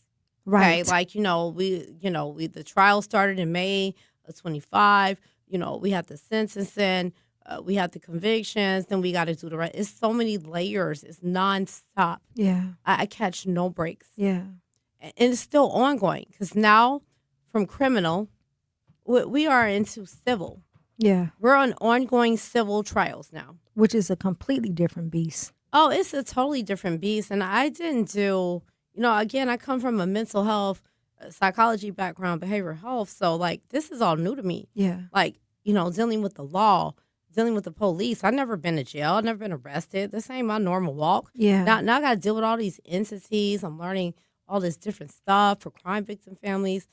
There's a lot of other families that's been reaching out and stuff, and I got y'all back. Yeah. That's what Sade's Voice Foundation. Yes. Please follow the foundation, y'all. www.Sade's, SADES, voicefoundation.com. And we are here to support other crime victim families to maneuver yes. through the criminal justice system because there are so many multiple layers. And I've been learning things nonstop, ongoing for the past 28 months. And I'm going to share all the information that I have gotten and implemented to how I've been maneuvering the criminal justice system and how challenging it is. So there was a comment earlier. I don't know if it's true because I don't Mm-hmm. like gossip, but because you're here, I do want to ask. Someone mentioned that apparently an informant came forward stating that he had been, in fact, premeditating and planning this a week prior. Yeah, that was a big trigger for me and her dad. So, like, they never presented who that entity was. Mm-hmm. I'm very avid, with the DA, all of the law enforcement. And shouts out to the Milwaukee Police Department and Lieutenant April Johnson, Detective Michael Driscoll. I'm going to give respect to where it's done. Mm-hmm. Okay, so, there's multiple layers of law enforcement individuals that supported our case, Mm-hmm. from the sheriffs to the Milwaukee Police Department, okay? Everybody's not a bad entity. But there's a lot of layers that were not completed and done. Right. I'm going to call stuff out where it is. Yes. My niece, shouts out to Kiki, the vice president of Sade's Voice Foundation, who has been my, basically a lot of my support. She's led a lot of the community searches. Mm-hmm. She was able to literally find most of my daughter's remains. Yes. And she led a lot of these things that the police did not find. And so we got to go to break real quick. But when we come back, we're going to tap into that. The fact that all of these things were found by family and citizens. If you walk the same path, how are these things missed? Let's talk about it when we get back. We got Sheena Scarbrough in the building. It's your girl, Jazz Tyler, 101.7 The Truth. Game day starts here. The Atrium Sports Lounge, your new headquarters for every touchdown, buzzer beater, home run, and championship moment. Great food, great drinks, great vibes. Located in the heart of Milwaukee's Deer District at 1110 North Dr. Martin Luther King Jr. Drive in Milwaukee. Be among the first to experience Milwaukee's newest sports lounge where every game feels like a championship event. Follow on Instagram at Atrium Sports Lounge MKE. The countdown is on. We'll see you soon.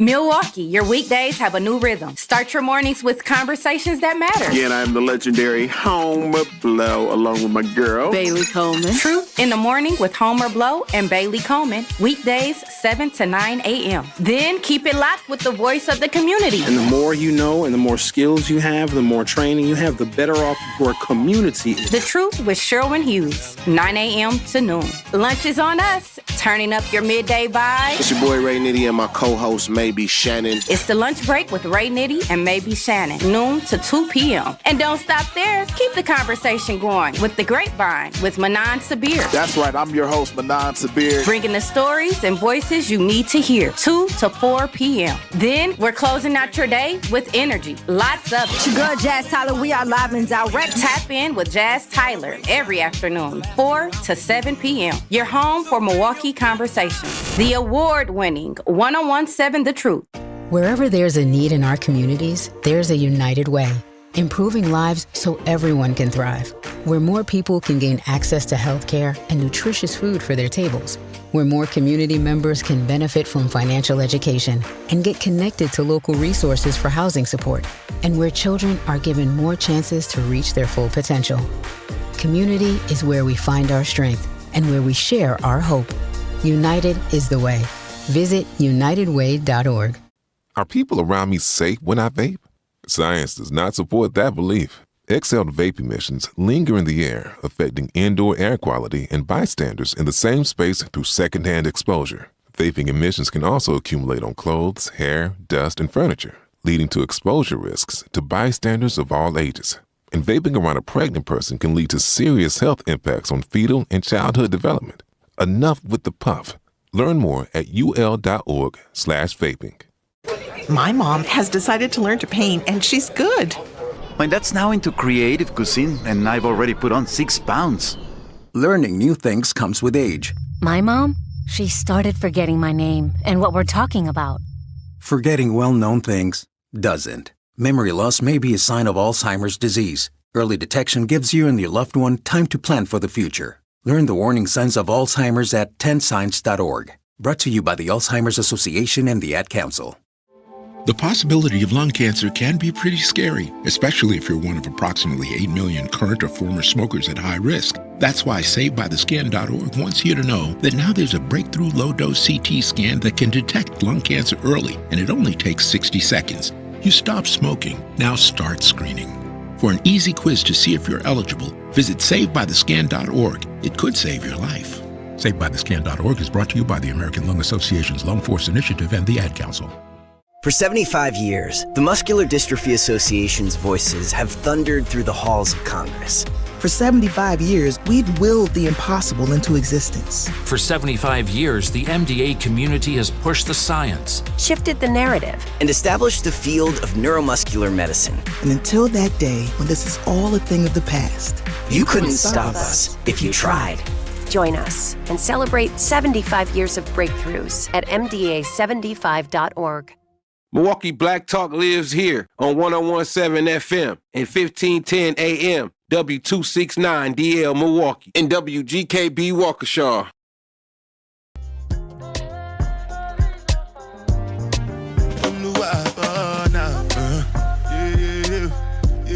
One on 1.7 in Truth is your girl Jazz Tyler. Looking to discover and support local businesses in our community? Then make sure you tune in every Friday at 8 a.m. to Truth in the Morning with Homer Blow and Bailey Coleman for What the Business Is, powered by We Energies. Each week you'll hear from local business owners as they share what their business is, where they are located, and one valuable lesson they've learned along the way.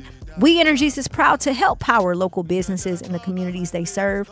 Don't miss What the Business Is every Friday at 8 a.m. only on Truth in the Morning with Homer Blow and Bailey Coleman, powered by We Energies, delivering the energy that powers local businesses. Truth Nation, it's your favorite cousin, favorite auntie. Don't let Ray and Shannon hear you say Jazz that. Tyler in the building. We have my good sister Sheena Scarbrough in the building. She is the mother of Sade Robinson. She is the mother of Adriana, who is a full ride Harvard, soon to be graduate in 4 years. Also, for real. Also the founder of Sade's Voice Foundation. prior to us going to break, we were, talking about the case. And I think it's important that we understand the truth, not their truth, but the truth. So to bring it back, in the news and the detectives were saying that Sade went to this establishment for an interview, and we both agreed she had 2 jobs. So why would she go to this establishment for an interview? So basically, you're saying that was not the case. No, Jasmine. In my soul and in my heart, as a mother and as an empath, as I'm reassessing and, I go through this stuff. This is one of the things people don't understand, that crime victim moms, or not just moms, or crime victim families, go through. And one of the things the foundation will be focusing on is the siblings of crime victims. Yes. And that's one of the focuses that I was very glad to meet with you and Zech Shakur, because I know she's a sibling of a crime victim as well. Yes. Shouts out to Tupac Shakur, man. We with justice for Tupac and justice for Sade. Yes, and indeed. justice for all of, our babies in Milwaukee. I'm here to support the entire community, but it's one step at a time. Yes. I'm maneuvering my own daughter's case, and I have to be her voice. Yes. I'm her advocate. And it's not that easy. It's not like, oh, she got justice and they got, verdict. First off, they moved that murderer, Maxwell, to another state. They haven't notified me. I've contacted DOC. I've contacted the victims' crime advocates. I've contacted DEA. I've contacted multiple entities. That's what my days consume of. On the phone, multitasking, calling all these individuals up daily, following up to who get what done.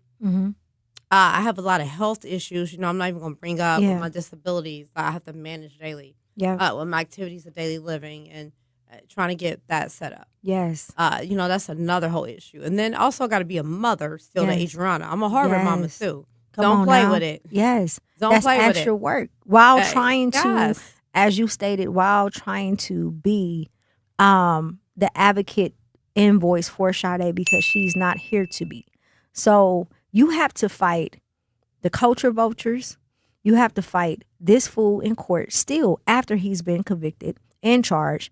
You also have to fight her reputation, because they tried to cover their tracks so much by falsely accusing her, in which I personally believe that they set her up and went into her apartment and placed those things there, as well as setting her up by sending her off to go to this bar to meet this guy, as well as setting her up in amongst other ways. And yes, Jasmine, I totally agree with you, coming from my heart and my spirit. And that's why, it's an ongoing justice. And that's what I want the community to know. There's a lot of other crime victim moms that I'm here for. I got y'all back. Yeah. And shouts out to Iris Miranda, Justice for Kayla. This is one of the moms I'm working with. Her baby was brutally taken. And, she's maneuvering and working through the criminal justice system as well. She's one of the avid moms that are keeping her baby's voice heard on a regular daily basis. Yeah. And this is what I encourage all crime victim mamas to do. Just because the system, they tell us, no, we don't have an answer. You keep calling them every freaking day. Keep bugging them. Stay on them. I didn't play with these people. I'm going to stay on them every day, all day. This how we going to move. Yeah. This how we going to move. I ask questions. Don't worry about if you're bugging them. You keep asking questions. That's our right. Yep. As advocates for our kids, we're their voices. Do not allow nobody to keep stopping you. You keep asking questions. You keep requesting records. You keep requesting documents. You keep calling the medical examiner's office. You call the police department. You get the lead detectives' names. You get their numbers. You stay on them. You make notes. And keep a paper trail of everything y'all do. That's what I'm going to suggest. Keep a paper trail of everything you do, because it really matters on everything. And that's just my, people don't have to follow it, but that's what I'm suggesting. Yes. Because you got to come back and challenge the system when you're already dealing with grief on the worst level. Yes. You've already been torn apart. Then now you got to deal with other layers of demonic entities. Yes. It is so real. It's a lot. What is it? So when it comes to this case, what is something that you want people to know that they may have not known outside of, what we just talked about? Yes, and I don't mean, I know I get a little bit. No, you I good. get aggressive. You good. And Sheena, this your baby we talking about. This is my baby, y'all. Y'all know I don't play. I don't play about my kids, period. I want y'all to know I love my family. I love my kids. When I love people and you real, I go hard. Yeah.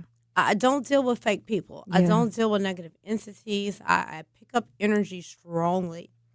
If you're not meant to be in my circle, and please pay attention to your circle. Yes. And this goes for everybody, like the people around you, all of them are not there with good intentions. Yeah. There's so many clout chasers that have been attaching to me, Jasmine. Yes. In the process of this grief. Yep. And it's surreal.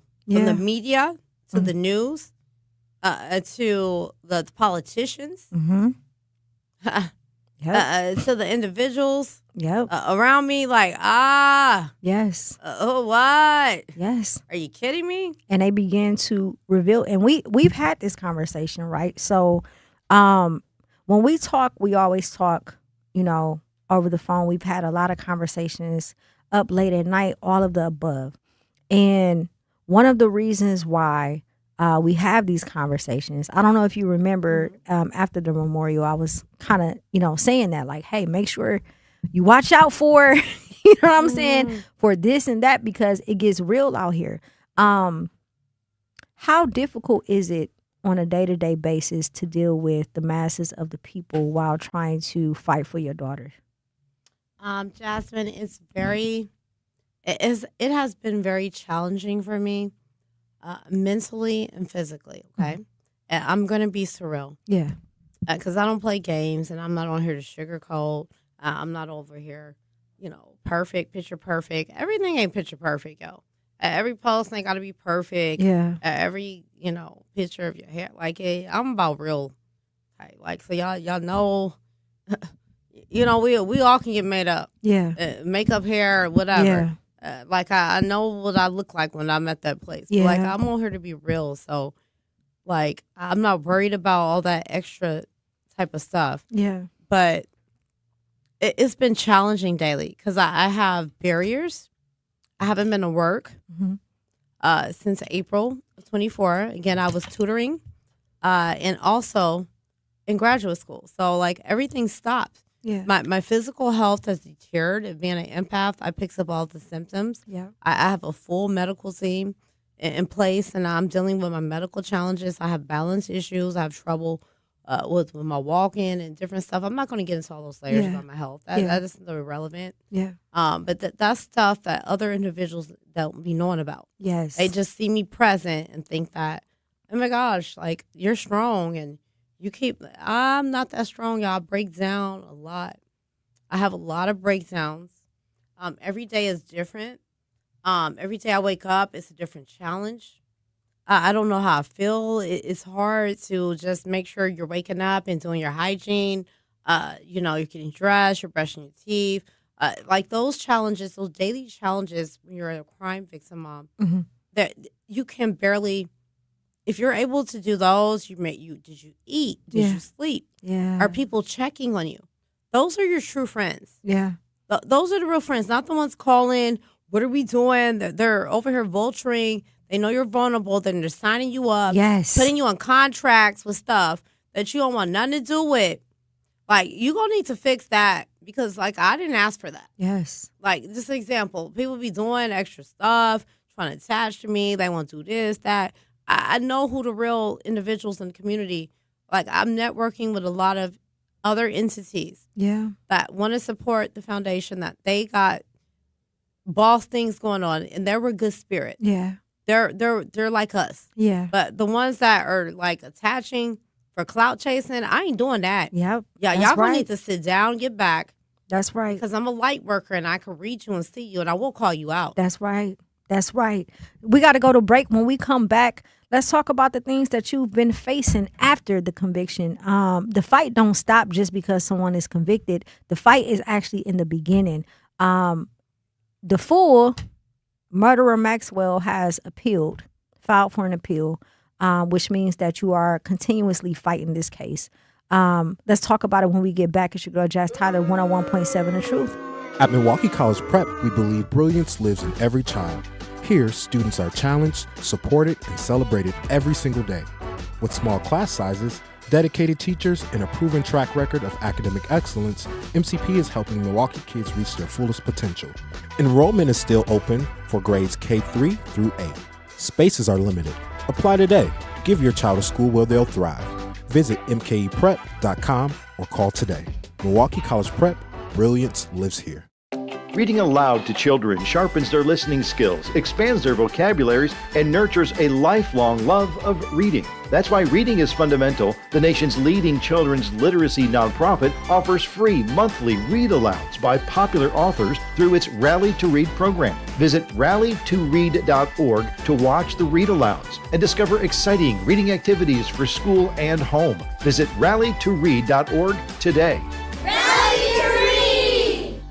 We asked parents who adopted teens to share their journey. When I met both of them, it was like my missing pieces were found. Like it was just like an instant, these are my kids. If you're considering adopting a teen, just do it. Kids need families. I don't care the age, everybody deserves a family. Learn about adopting a teen from foster care. Visit adoptuskids.org to learn more. A message brought to you by Adopt US Kids, the U.S. Department of Health and Human Services, and the Ad Council. Not completing high school is more of a social thing than it was an academic thing. Even though all these years have passed, I still had that longing to have my diploma. At age 30, Carissa finished her high school diploma. If you're even considering getting your high school diploma, you can do it. No one gets a diploma alone. If you're thinking of finishing your high school diploma, you have help. Find free adult education classes near you at finishyourdiploma.org. That's finishyourdiploma.org. Brought to you by the Dollar General Literacy Foundation and the Ad Council. Hear that? That's the sound of your life. Perfectly imperfect. Beating in rhythm to the world you've created. But every time you drive after drinking, the music gets drowned out. Your life sounds pretty great. Don't let a buzz ruin it. Buzz driving is drunk driving. Don't drive buzzed. A message from NHTSA and the Ad Council.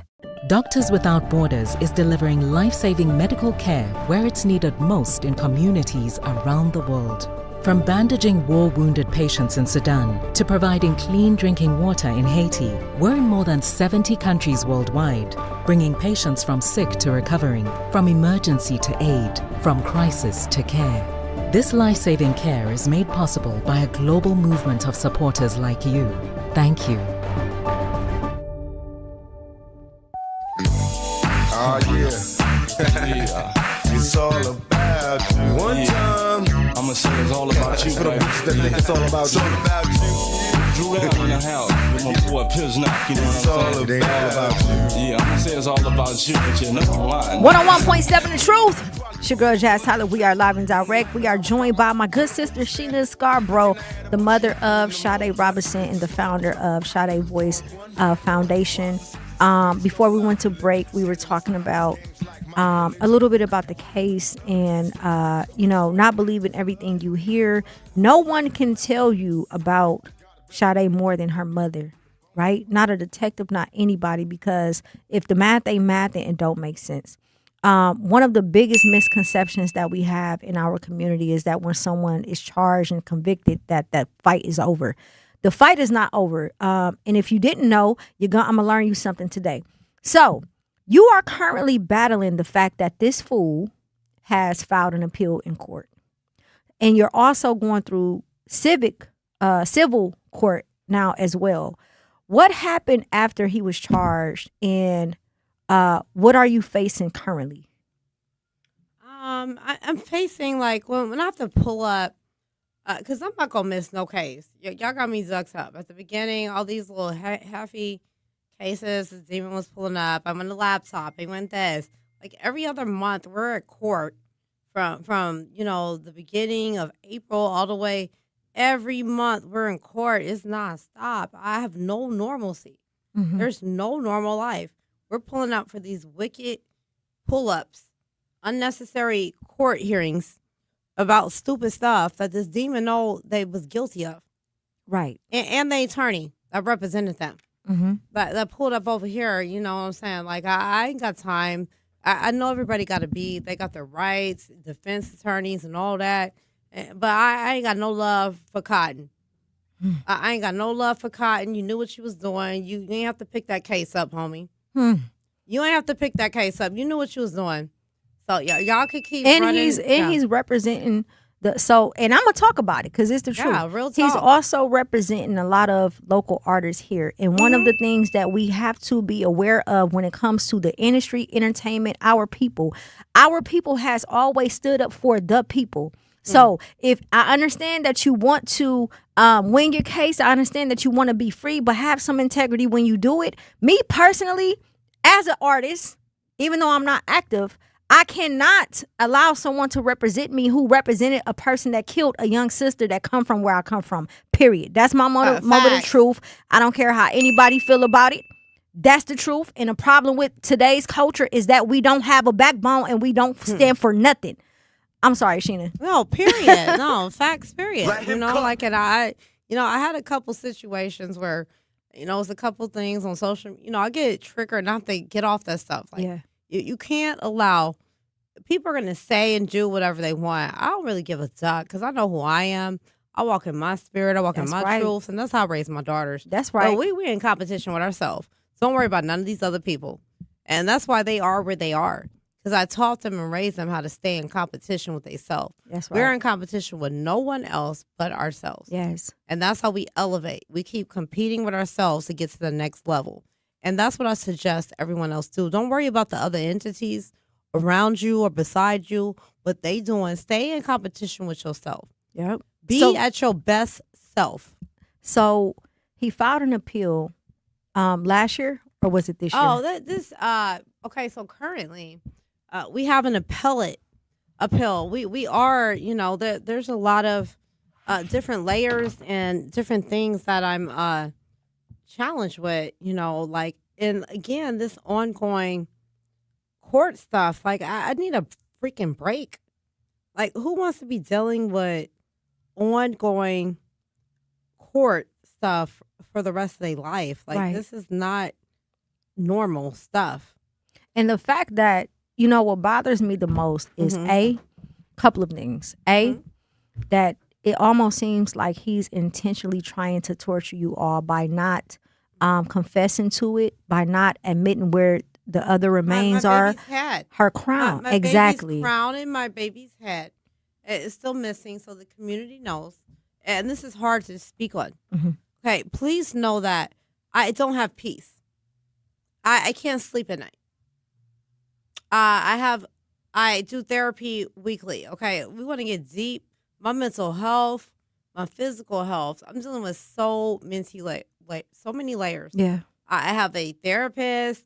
I'm implementing a psychiatrist. I have a whole medical team. That balances me on how I move. So people think I'm present and I'm strong and I just got all these grooves and layers. I'm going through this for the first time. Yes. I'm not playing games with no one. Yes. As long as I'm alive and I'm here, I'm going to be my daughter's voice. That's right. I'm going to keep fighting. That's right. I'm going to get the truth. Yep. And no weapons formed against us are going to prosper. Yes. So earlier we were talking about a couple things. First and foremost, he filed an appeal, which means that the fight is not over. You're still fighting. On top of that, there are civil lawsuits as well, where you're suing, multiple entities. Then we're suing the Waukegan, Illinois. That entity, Keith. These individuals are politicians, and they should know better. They knew what was going on. I was in the middle of trauma and shock. So my daughter's arm, apparently, this was the last remain of my daughter. And this came up on Mother's Day in 24. Her memorial was May the 10th that you did. And then May 11th, I did her community memorial at the park. And then May the 12th, I got a detective at my door. Your daughter's arm has been found in Waukegan. Like, it's ongoing daily with detectives at my door, in between planning memorials, planning community repasts, attending her graduation, attending the Tupac Memorial Court, like all of the things that I was attending and being present at. In the midst, I'm still fighting. Right. I'm still fighting with the system ongoing. Yeah. Criminal, civil, ongoing. And Jasmine, do you know these individuals have the nerves? Like, I have a whole storage, and I want to get into that, but like, this has been the last trigger. Like, it's ongoing. Like, are you kidding me? Do you know I have a storage? Like, when all of this happened in 24, my daughter, I had to move her place. I had to move my place. We were in the middle. I'm looking for my daughter's remains. We're in trial. We're in court. I'm playing memorials. And in the midst of all of this, you know, like, I moved to a new location that is smaller, and I can't. So all of my items and the things that I possess, that were a lot of sentimental value and tokens that were my daughter's, Sade Robinson, they are missing. Extra space storage. So we got a clip from this, and after we play this clip, we're going to pay them a little call. Talk about Memories, accountability. Photos and belongings. That's what the family of Sade Robinson remembers her by. But tonight, her mother says they have been traumatized again after a storage unit containing her late daughter's things was broken into.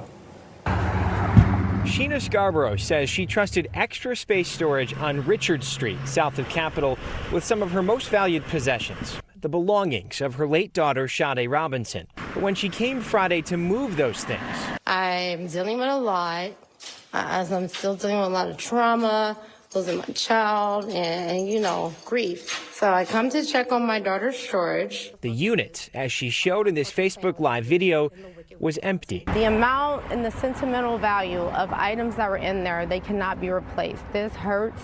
This has caused extreme additional mental and emotional distress to me. Scarbrough showed us receipts the unit was paid for. She said she's worried the company auctioned off her daughter's things. I just want them. I want them back. I'm waiting on an answer. I'm hoping and praying that there was a mistake made and they're able to return my daughter's item. But an Extra Space Storage spokesperson says that did not happen. In a statement to Fox 6, the company called what happened a, quote, unusual targeted break-in.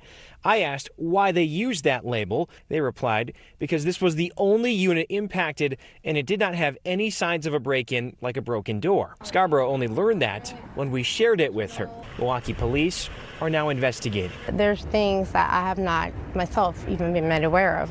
That's very triggering. They could have at least outreached me and told me that themselves. Scarbrough says she and her daughter had not gone through most of those belongings yet because they weren't emotionally ready to do so. So check this out. I'm going to show you how I afforded this car. You obtained a storage that held all of Sade's sentimental valued items. And when you went to the storage, it was cleaned out. The lock was missing. The storage had been paid for a year.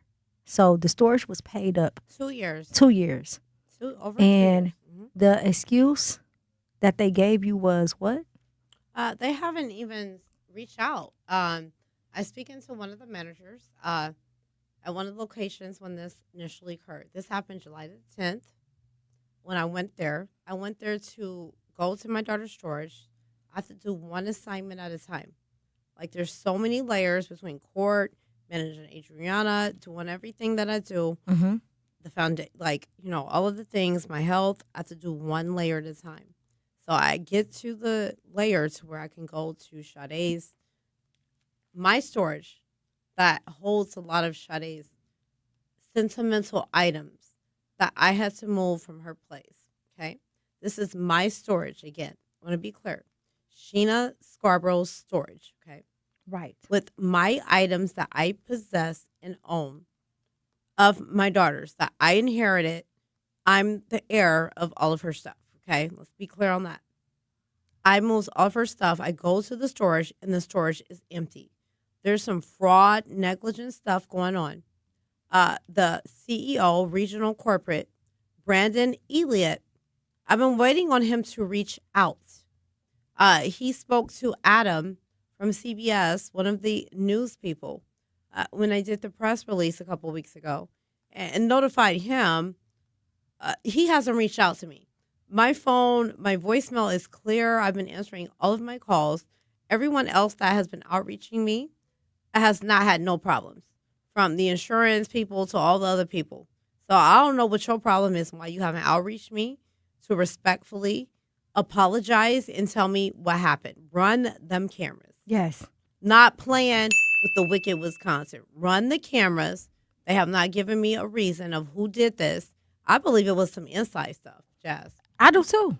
This was some inside stuff, and they over there trying to cover stuff up. I'm not playing with the wicked Wisconsin extra space storage or Brandon Elliott. I'm waiting on your call. You got my number and my information. So we don't have to wait. When we come back from break, let's give them a call and listen. Truth Nation. Y'all can blow them up too. 414-296-1450. 414-296-1450. We need answers. Extra storage space. Where is Sade's belongings? When we come back from break, let's pay them a little call. It's your girl Jazz Tyler, 101.7 The Truth.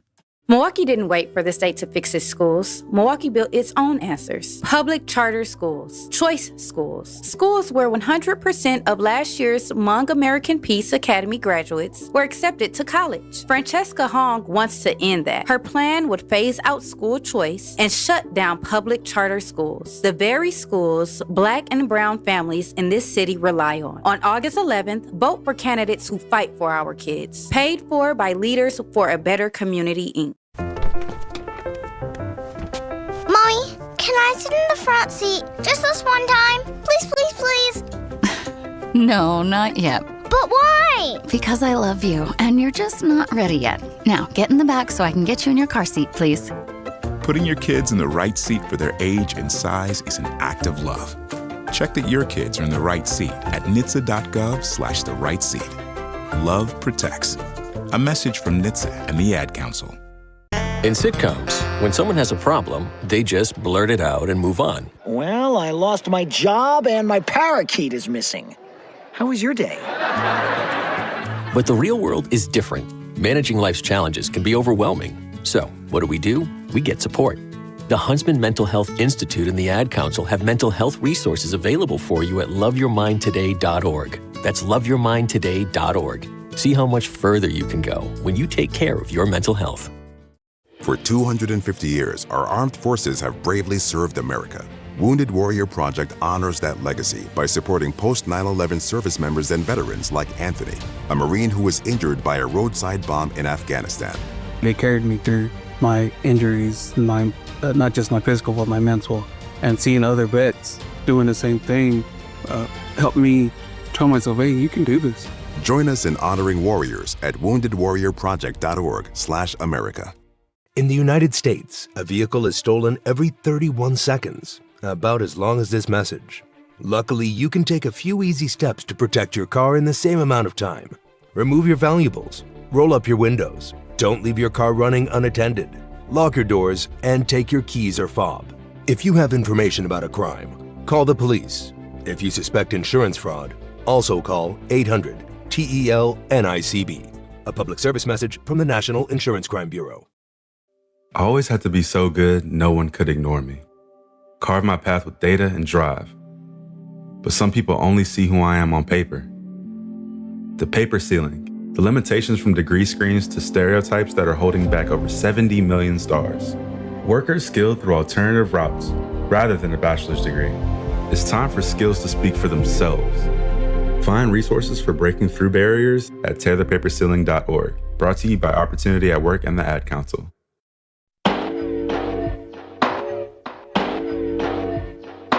Rest in peace, my upward on my Biggie Smalls.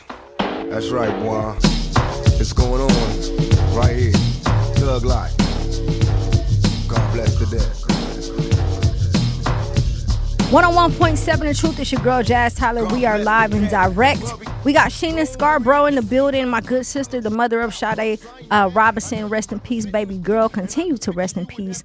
And the mother of Adriana, someone who just, her daughter who just received a full ride to Harvard University.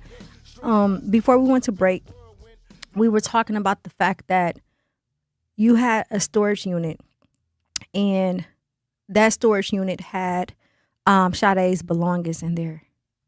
And now the belongings are gone. And now they won't answer the phone. So we decided to give them a call, and they won't answer the phone. When you're guilty, and when you know you did something wrong, people don't like to talk and speak. So, like, this is the message to the community. Like, when you know an individual entity, baby, because I got all the receipts. I'm not playing with y'all. I got the receipts. We got the paper trail. Y'all know I talked to you. Like, I had ongoing, constant communication. It don't matter. This is my storage unit again. I'm going to say that clearly. My storage unit with the items, the remaining items I had of my daughter's sentimental items that cannot be replaced. You all will be held accountable. Know that. Yes. Brandon, Elliott, Extra Space Storage, I'm going to call your name out because you still ain't called me since July 10th. I reached out to y'all. I reached out to your lead manager on duty, Ruby. She's been the only one that seems to work at Extra Space Storage. She's been the only one responding to me. Oh, did you know, Jasmine, they had nerves for the last payment I gave them? Oh, they refunded that last week. Oh, out of the blue. They just gave me a credit back on the last payment I paid to them. I'm like, ain't nobody called me. Y'all gonna need to credit back all this stuff. So girl, they playing with me. I want to bring this full circle for a moment because I want the listeners to understand everything to its entirety, right? You heard on the news what happened with the case, so on and so on, right? Now we're talking to Sheena, and you're hearing what she's saying. So let's go back. Sade was not looking for another job. No, that is wasn't. the scenario that was painted because she already had 2 jobs. So her going to Victor's to meet him, her going to Victor's for a job was not true. Secondly, she began to hang around new friends. She was not a person who went out into the club, who was club hopping and bar hopping. She started to hang around her coworkers a little more. And then apparently they were someone, I don't know who, but someone was or may have been a part of connecting her with the fool Maxwell. Also, the fact that the house was sold during the middle of an investigation. Okay. Oh my gosh, they're so wicked, Jasmine. These wicked people. You know, they moved a house. They know they signed murdered my daughter. They over there cleaning up the house. Thank you, community. Shouts out to the community and my niece Kiki again. Kiki been there leading all the stuff, yo. Leading all the community searches and stuff. Shouts out to my vice president of Sade's Voice Foundation. Y'all, please follow the foundation. Support us. I got a lot of projects and things I'm doing with the community. I can't get everything out. We're still implementing things. It takes a lot of time. But Jasmine, to answer what you're saying, like, yeah, there's a lot of malicious stuff that I'm still maneuvering through. There's a lot of things that I'm very clinical. And I suggest and I encourage everybody else who's fighting and maneuvering through the criminal justice system for their babies to stay on top of these people daily. Do not give up. We are our baby's voice, period. Yes. Now that brings us to the fact that all of Sade's belongings are missing out of the storage space unit.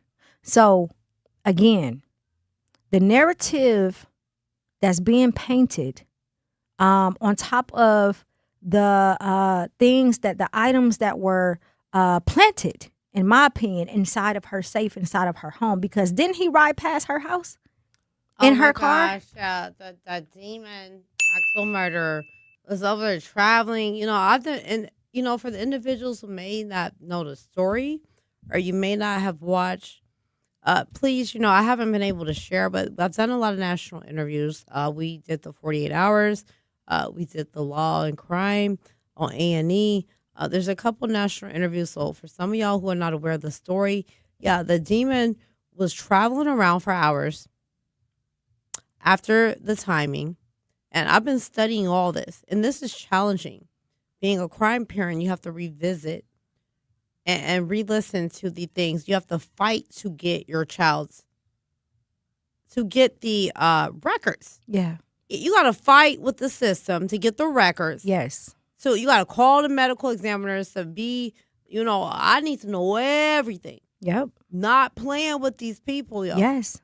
I'm on top of every department, from the medical examiner to the law enforcement to the victim crime advocates to every entity. I'm not playing with the wicked Wisconsin. Yes. So there is not only, and I'm setting up the timeline for you guys to understand, not only is the narrative, different, or it seems as if it's a setup or a cover up, but on top of that, there are multiple businesses involved that are no longer active. You understand? There are businesses that were a part of this case that has been shut down. And the crazy thing about it is the most recent one is Duke's. And they just posted that it's not going to be another bar now too. It's supposed to be a police. Not going to put up a new bar again? No, it's a police aid center because of what's happening on Water Street. Oh, but really? When you look at each of these places that she went to with him, they no longer exist. They're all negligent, and they all need to be held accountable. And I, like that. That's what I'm pursuing. Again, it's a lot of different entities and stuff. You mentioned also that there's a civil lawsuit for Waukegan. Can you touch on that? Sure. So with that, sorry, Jasmine. It's okay. Yeah. So with that, it's very overwhelming. But yeah, we are suing Waukegan, the police department, and Keith Turner in Illinois, and we are, still ongoing suing that convicted murderer Maxwell, murderer Anderson. The murderer he filed a motion to stay, and he's objected it. He filed a motion to stay. So this individual is trying to appeal the criminal case that's going to prevent us from, you have to have criminal done before you can do civil. Okay? I just want to be clear so everybody understands. So they think we got justice, and they don't know it's ongoing with me. Yeah. Every month I got to pull up for criminal and look at that demon on the Zoom and hear that demon's voice. I ain't got time for that. Yes. I'm a Harvard mama now. I ain't got time to play with you. Yeah. Sit down. Your parents ain't dropped a dime towards nothing, towards Sade's memorial, to none of the stuff. They ain't dropped a dime towards nothing. Yes. They over there talking stuff, moving stuff, cleaning up houses, moving up stuff. Come on. Guilty. We got all the evidence. The community was out there. They seen y'all moving stuff. You knew you was guilty, cleaning up houses, washing up evidence. The devil's a lie. That's right. And you said they no relocated weapons. him out of state. Yeah, they moved the demon out of state. The demon's in Ohio. The state won't tell me. The district, the state, the DA, none of them. I call all the entities, the crime victims from Madison to here. And I'm going to be on that again because as crime victims, we need to be informed of where the person that perpetrated us. So they haven't made you aware of his whereabouts? They have not direct contacted me, Jasmine, regarding where the demon was moved at. I got people. Right. I know where the demon's at. The demon in Ohio. Yeah. But the people ain't told me this. Yeah. But they playing with me. Yeah. And this go for all of the representatives we're voting for, the governor, the mayor. I'm not playing. I got respect for y'all. But don't be over here running positions.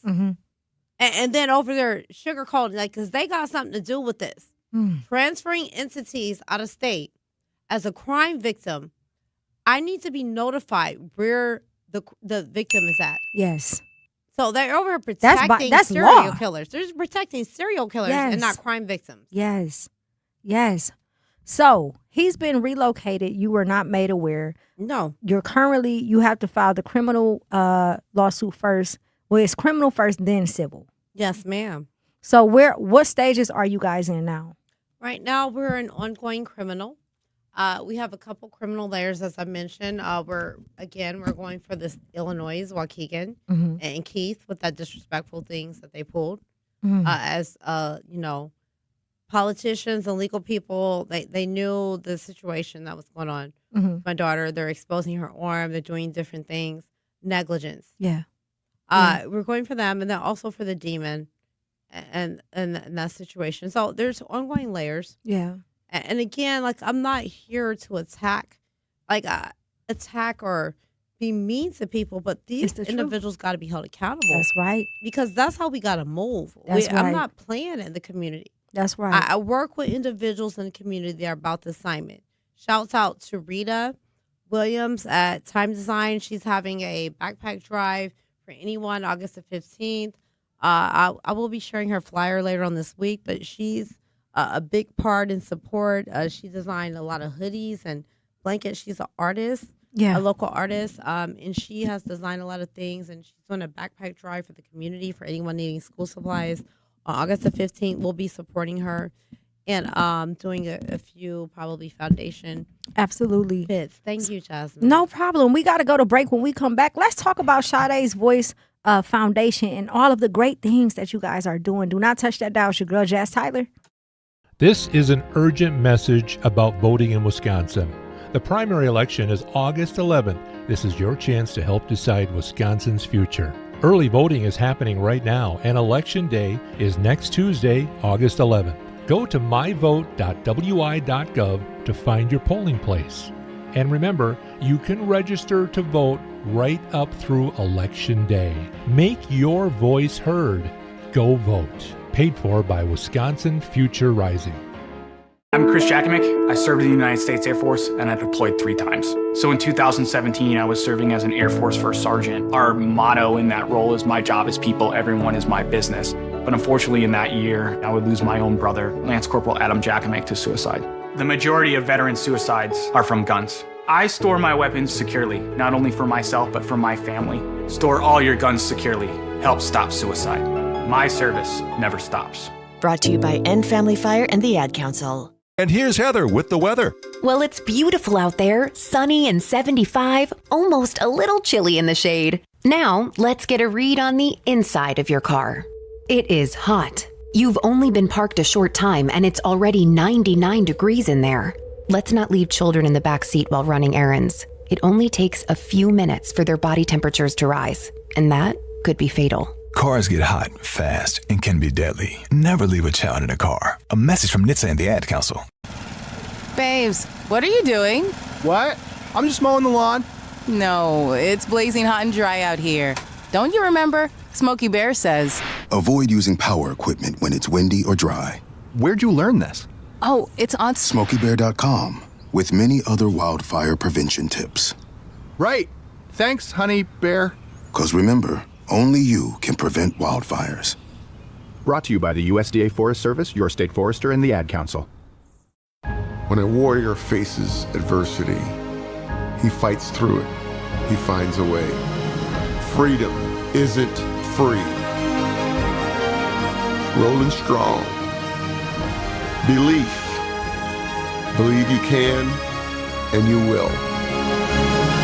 Wheelchairs for Warriors provides mobility solutions to veterans and first responders injured in the line of duty. Join the mission and visit wheelchairsforwarriors.org. You shed so many tears. I suffered through the years and shed so many tears.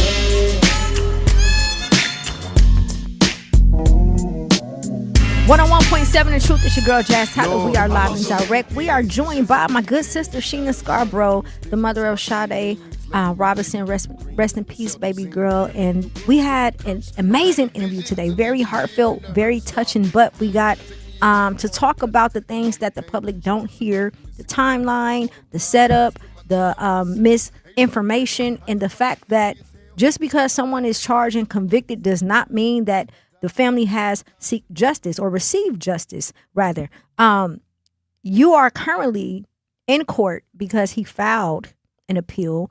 And to me, in my mind, the way I view this is not only did he file an appeal to make sure that you have to constantly go back monthly to these court dates, but he also refused to tell you where your daughter, the rest of her remains are, which means that he's purposely trying to torture the family. This is a demon. This is an entity we're talking about that is beyond evil, right? And when we talk about this case and this situation, for those that are joining us, we talk offline a lot and we have our conversations. And my call to action is just for the community to learn how to support even when the cameras are off. Learn how to support despite of whatever the media tells you. Know that there's their truth and the truth. And just because you see, hey, he was sentenced to life, that does not mean that the family has received justice. You all are still fighting. You're fighting a civil lawsuit against Waukegan Police Department and elected official due to the negligence of when they found other body parts of Sade, as well as a civil lawsuit and a criminal lawsuit against this fool who has been relocated to a completely different state, and you were not notified about it. No, not notified. The people didn't notify me. They didn't tell me, Jasmine. They still haven't told me. Every time I contact, the law, all the leads and the team, they don't know nothing. I'm trying to contact the governor. Ever's like, because his name on all the stuff, this all through the state, I'm trying to contact these people. Well, what what is the process for crime victims? For y'all to notify us and make us safe.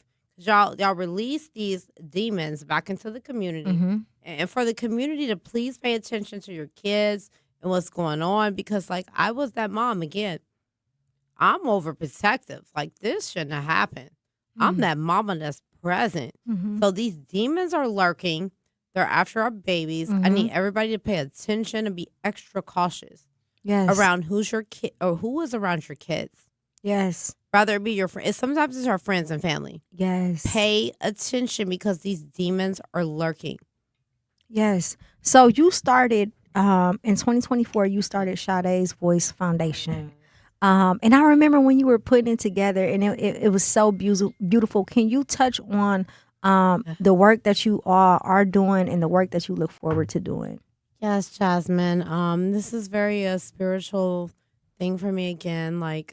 Doing the Sade's Voice Foundation, I've never ran a foundation. I've never run a business, but it's very mentally and emotionally a part of my therapy. Okay. That's how I connect to Sade. And so the foundation is here to support other crime victim families to maneuver through the criminal justice system. Okay. We are specifically for, missing and murdered BIPOC, being Black, Indigenous, people of color, because there's a lot of systems that are not available for our Black, Indigenous people of color. When my baby went missing, there was a timeline, and we had to stay on them and press them. Yeah. To even search for her, look for her. They didn't have the right resources. We had to get Bruce's legacy out here, doing solar radar. We had to pull up and do what we did for my baby to get her justice. And let me be clear, Sade solved her own case, baby. Come on now. We light workers. Yes, Let's she not did. play up in here, Yes. Sade. Let's go, Yes. baby, because I got you, love. Yes. Baby, Sade solved her own case. Yes. She led us. Yes. She's a light worker. She led us. She left the ping points. Yeah. She left the evidence. Yes. She followed these. She listened to her mama. Everything I told her and told her. As a criminal justice graduate. Yes, that baby. I Yes. love her so much, Jasmine. Yes. I miss her so much. This is so hard. Yes. But I do the foundation. We're going to be working with other crime victim families. I'm working also with the Mullah Bread. He's a distinctive artist in the community. We're going to be doing art therapy for the siblings of crime victims. Yes. The siblings of crime victims are a very focal point for me as we speak upon Adriana Reams. Yeah. She's a sibling of a crime victim. Yes. That has succumbed the hardest Yep. of everything. Yes. And she did not let anything stall or get in her way. Yes. She is a Harvard freshman. She is a valedictorian of Golda Meir. Amongst everything, she succumbed, losing her sister, her best friend. The pain, my baby. Adriana is strong and hard like me. Yeah. And I have to keep an eye on her. Yeah. And please, I respect and appreciate all of the community, all the aunties and uncles that's been looking out for my baby. I love y'all and I appreciate y'all. Yeah. Because I can't be present everywhere. I'm doing a lot of things. Yeah. keep an eye on my baby when y'all see her, please. I appreciate it because I know I can't be everywhere and present as a parent. So that's where the village comes in, Jasmine. Yes. The community. Yes. That's where I need the community and the village present. And they have been present with Adriana. There's a lot of them. I appreciate them. Mula Angelique Sharp is another one on the foundation. She lost her brother, Sam Sharp. I did maneuver with her to get her kind of the bench set up for her brother off of, the MOK location. I'm maneuvering with a lot of different individuals, and it takes time. And I can't name everybody, but I love everyone, and I appreciate them. And I thank them, Alon, Marper, all of the individuals that have been looking after and leading us and guiding us, and my daughter and my darters. Yeah. Darters, because it's not darter. Is darters. Yes. We have more than one Come child. on now. That's right. So people forget, like when you lose a child, we can't forget about our other kids Yes. that we are still raising. And that's where I kind of got lost at. Yeah. I was so driven in fighting for justice for Sade and in depression and grief that I kind of, my gosh, I got another child. Yeah. It's because they're smart and they're a genius.